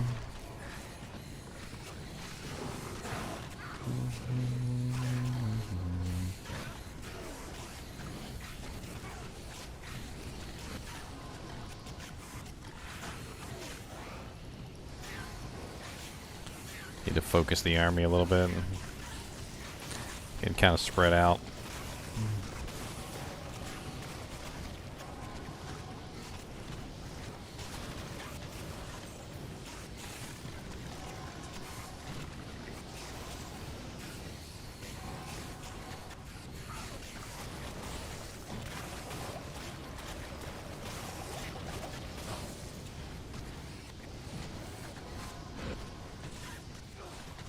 Oh, I'm out of charges? Oh no, I'm out of charges.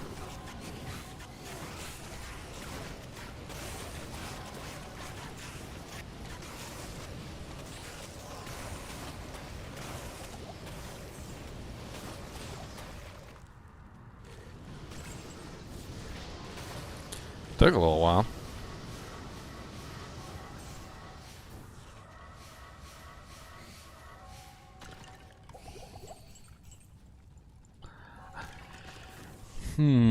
The Venom Lords probably make pretty good ones too. I would assume that if all of them started infernoing a target that was lower resed, it would probably be some pretty good damage too. Of course, these monsters here, I don't know.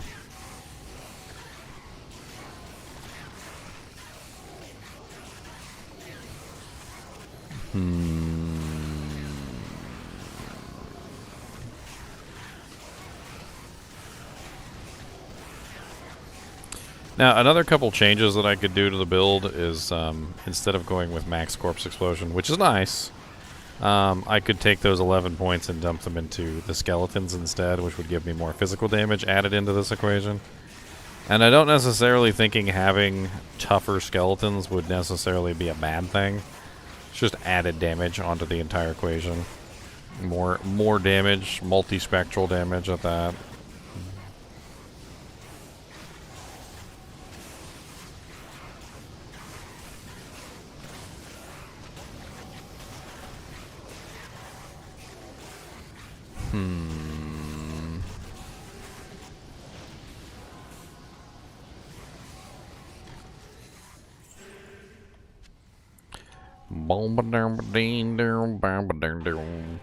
Well, I mean, I'm gonna have to do a final verdict on this. Like, I feel like I've played around with it enough, and I've gotten an idea of whether or not it's possible. So, is it possible? Yes. Okay, 100%. It's possible. You can totally do it. Is it expensive? Yes, 100%. It's expensive. It's gonna cost you a little bit. Your resistances are going to be pretty bad if you do the full three sunders. But as we just demonstrated, you could theoretically focus your damage more into one or two elements by using only one or two sunders, and then desummoning the mages that are not the ones that you want. A very interesting thing that I was thinking that they could do to buff the game, and if you're listening, developers, listen to this one. Allow us to choose which mage we want to summon. It could be a very interesting buff to the mages.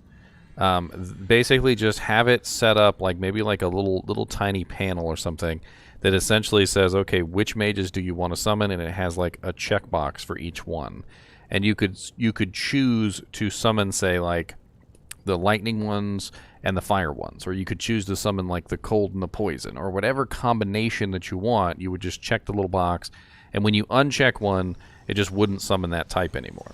You can already technically do that, so this isn't really changing anything in the game. So I want you to like really think about this. I can already technically unsummon any mage that I want and then resummon the next one, so it's more of a convenience thing. It would allow the Necromancer to micromanage the damage type that his mages are outputting. Like if he wants to be a lightning mage, or if he wants the fire mages, or he wants like the fire and the lightning, or the fire and the cold, or whatever 2 or 3, whatever that he wants. That could be a very interesting way to allow the mages to perform more of an interesting function. Like for instance, maybe I want crowd control. Maybe I do like a full cold, summon, and I have a whole bunch of cold mages and they're shooting ice bolts everywhere, or maybe I want like in this particular case, I'm using the fire sunder, and so I want and the fire golem. So I'm a fire necromancer basically. I got fire on the golem, I got fire on the mages, and fire on the corpse explosion. So I want to summon only fire mages, and that could be an interesting like side effect to that. Yeah, I mean that's pretty much it. He works. You know what I'm gonna do? I'm gonna go ahead and copy him into the item pack. If you guys want to play around with him, give me just a second. I'm gonna do that right now while we're on stream. So if you guys have never downloaded my item pack before, I have like my characters in there. Like my specific characters that I'm building, like my theory crafts and stuff like that. So if you want to play around with this guy, I will go ahead and copy his files in right now, and you can play around with GGM Prism.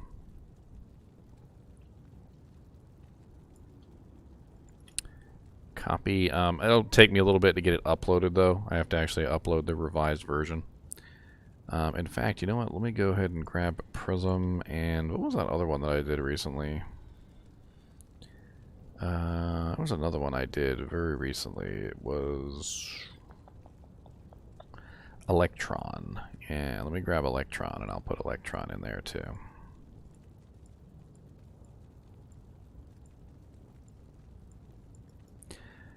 Copy.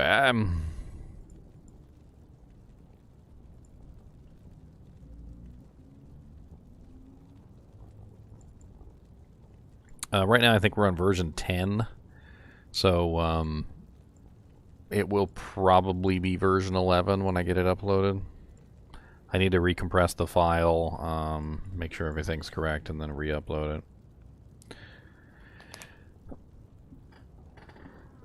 it. What's the bonus for today, Jonathan? The bonus for today is terrible. It's 50% additional off-weapon ED. It's pretty much garbage. It's bad. I double checked it from my stream earlier and went on the character and checked it, and it was only like a total damage output increase of 50. Let me see if I can show you guys real quick if you're interested in this sort of thing. I'll need to reboot the game.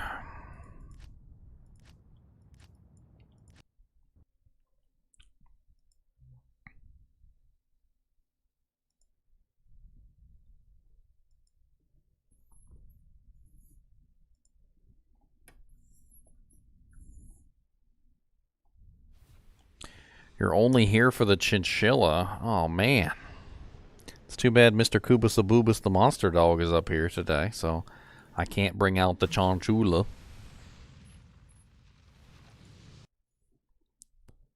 Are they good now? I mean, they work. I think I clearly demonstrated that even in P8 they work. We killed P8 Diablo pretty fast. I mean, it was impressive. It did require an infinity and maxed out lower resistance, to get the utmost damage output increase, but I mean, it is what it is. You do what you gotta do. You do what you got to do. I'm sure that anybody who's interested in mages will probably watch this video, because it'll be up later for you guys on YouTube as a VOD, basically. You guys can go back through it and pick apart my logic and make fun of my choices. But you guys feel free. You guys do whatever you want to do. I encourage you guys to make your own choices. Don't just follow me blindly. Don't just follow me blindly. Except for the hat. You guys have to buy the hat and wear the hat. Okay? You need antler. You need flannel antler hats. If you don't have a flannel antler hat, you're not cool. All right? That is unfortunately the truth, and you guys need to remember this. All right, so this is my damage from today. And what I did was I pulled up my stream from yesterday, so nothing has changed between today and yesterday, and that's how I know for a fact that the damage output is pretty low. Let's see here, my channel, live streams.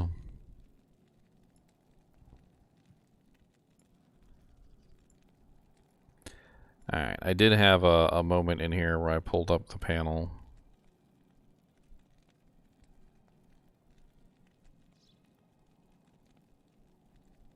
Where is it?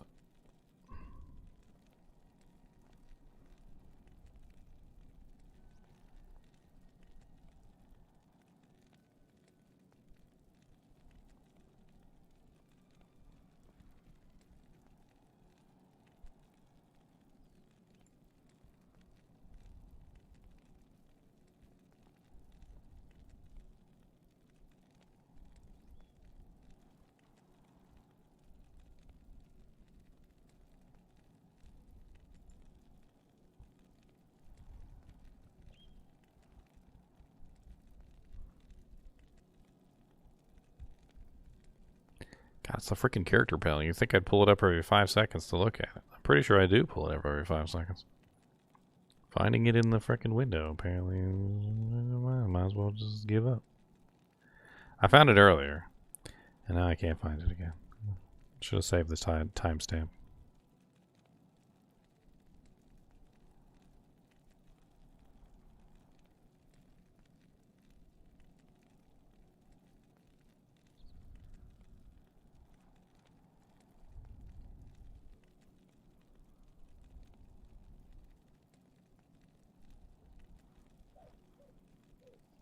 Oh no, Mr. Nimoy's crying.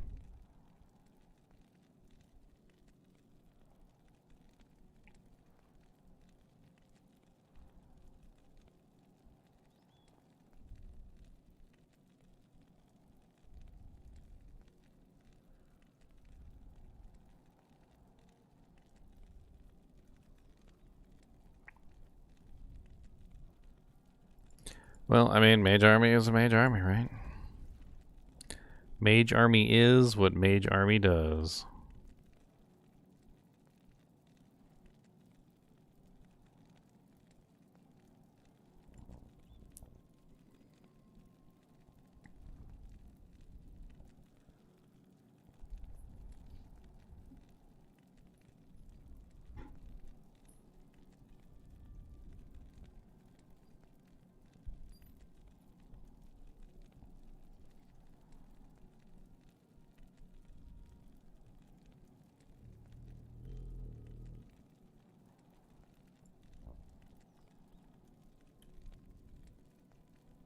+1 skill, 12 aura. Still faith, my friend. Still faith. You got the faith, the faith, the faith, the faith, the faith, the faith, the faith. Do you got the faith, the faith, the faith, the faith, the faith, the faith, the faith? And do you got the faith, the faith, the faith, the faith, the faith? Finally, I found it. Yay. Only took me 10 years. Alright, so just going to show you guys a side-by-side so that you guys can see what I'm talking about here. Well,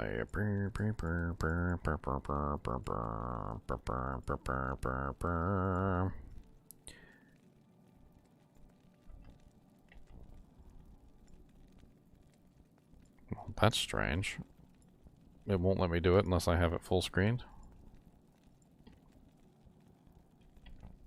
I have to actually have the window up? Oh, okay. I actually have to have the window up. That's what it is. If I minimize the window for any reason, it won't work. There you go, boys. So, see the difference in damage output? It's ridiculously, ridiculously small. I mean, we're talking about a damage output of 5,600 to 5,651. The amount of physical damage that I went up was so minuscule as to be laughable.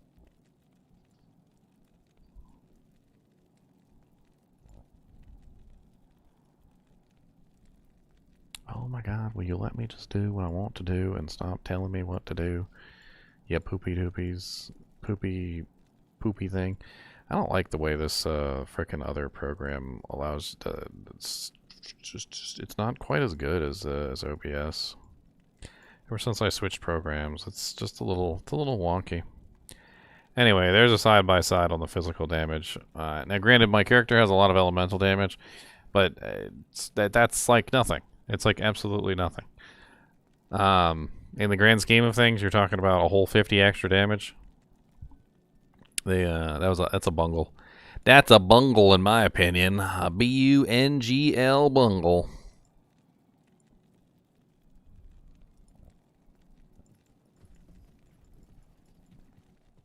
Anyone having YouTube issues? I don't actually watch myself, so I don't know.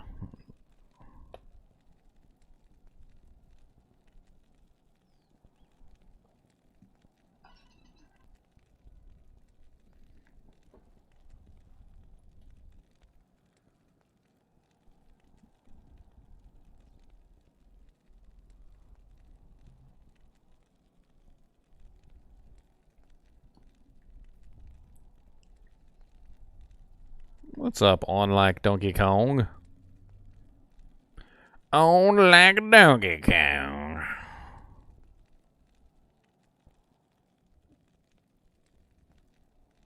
What's the best place to farm for an Archon staff? Fearless Free? Any place that is level 85 or higher, so like Chaos, the Terror Zones, if they're 85 or higher.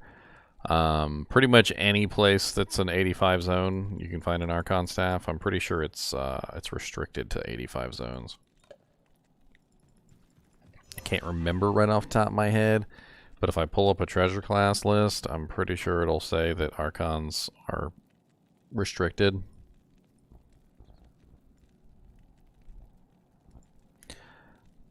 Treasure class D2.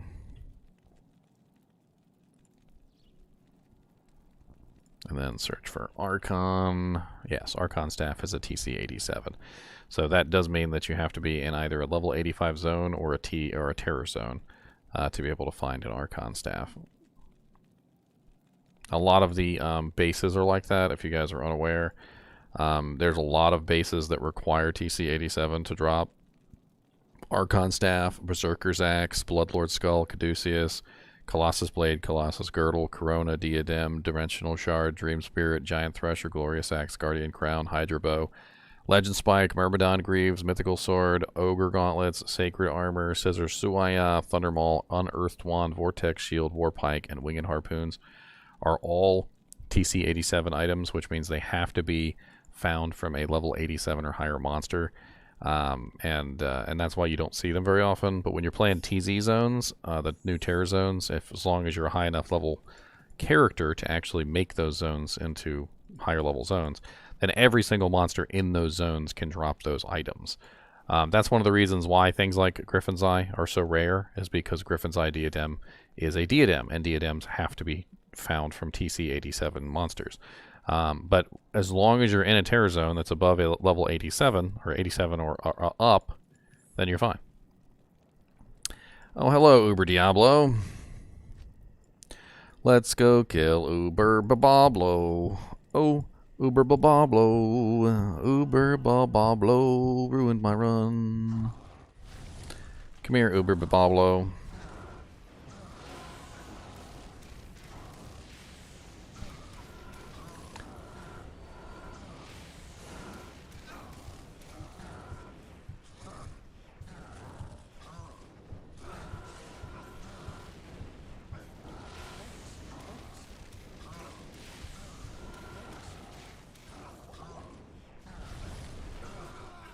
Oh no, he got my merc.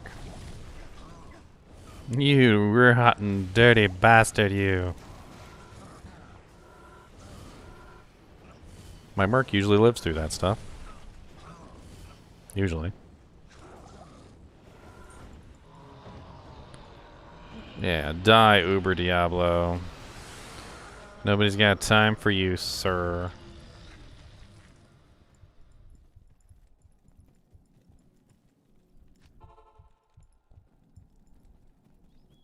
How to quick heal your merc? You feed him potions. Same way you'd heal yourself.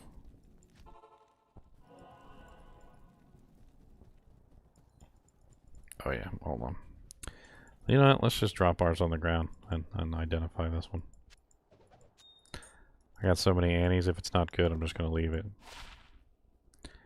18-15-9. It's not a bad one.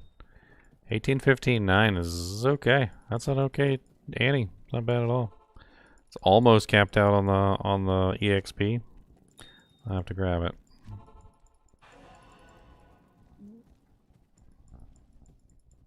It's a pretty decent little Annie. 18-15-9. 5 off on the res, 2 off on the attributes, and 1 off on the experience. It's not perfect in any category, but it's very high in all categories.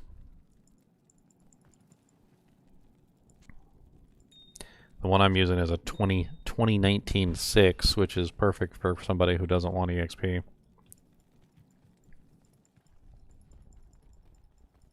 Good afternoon. Well, now that the Theorycraft is over, I'm not sure what to do. I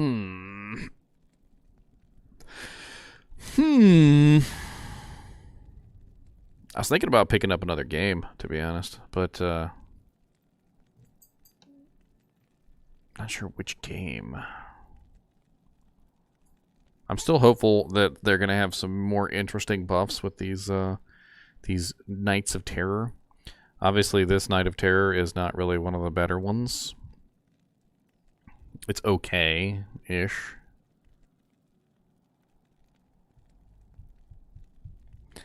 Have you tested the build with Trangs? I was thinking about it, but I also thought that Trangs would just have way too minimal plus to skills. I mean, at the end of the day, Trangs is gonna like eat up a lot of my plus to skills, and I'm gonna be, I think, worse off for it at the end. Where's my Trangles? I've got a Trang Necro on here, I'm pretty sure.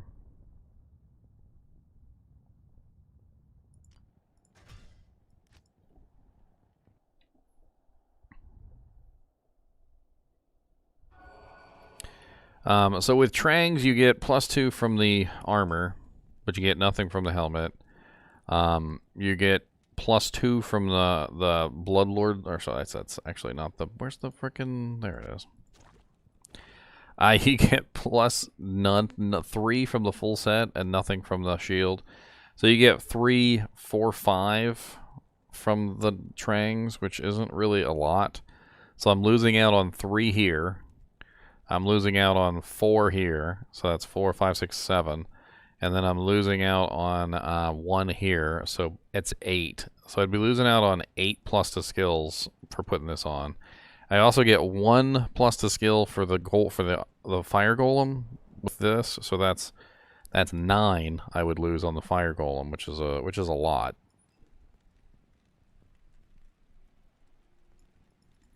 Now, the benefit of using Trangs with the setup that I was doing is that obviously he has the firewall, the meteor, and the fireball that he can spam. So if I wanted to go this particular route, I would have an elemental damage attack that I could use along with my, conviction aura, my lower resistance and stuff. So it could be interesting just to see how well he does, like, with this. But overall, his army would be a lot weaker.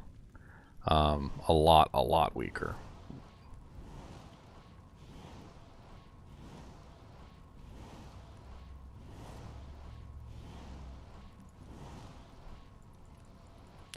Yeah, I could also do 3-piece just so that I get the firewall. Not entirely sure, to be honest.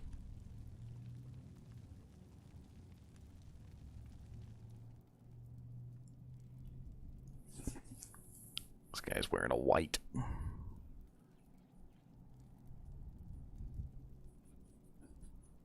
He's got Blessed Amor on his helmet because I edited it in. Edited it. Alright, guys and gals, I might play another game. I'm not really sure, but I'm going to go ahead and end this one here. As always, thanks for watching, and tune in later for something. I don't know what. We'll see.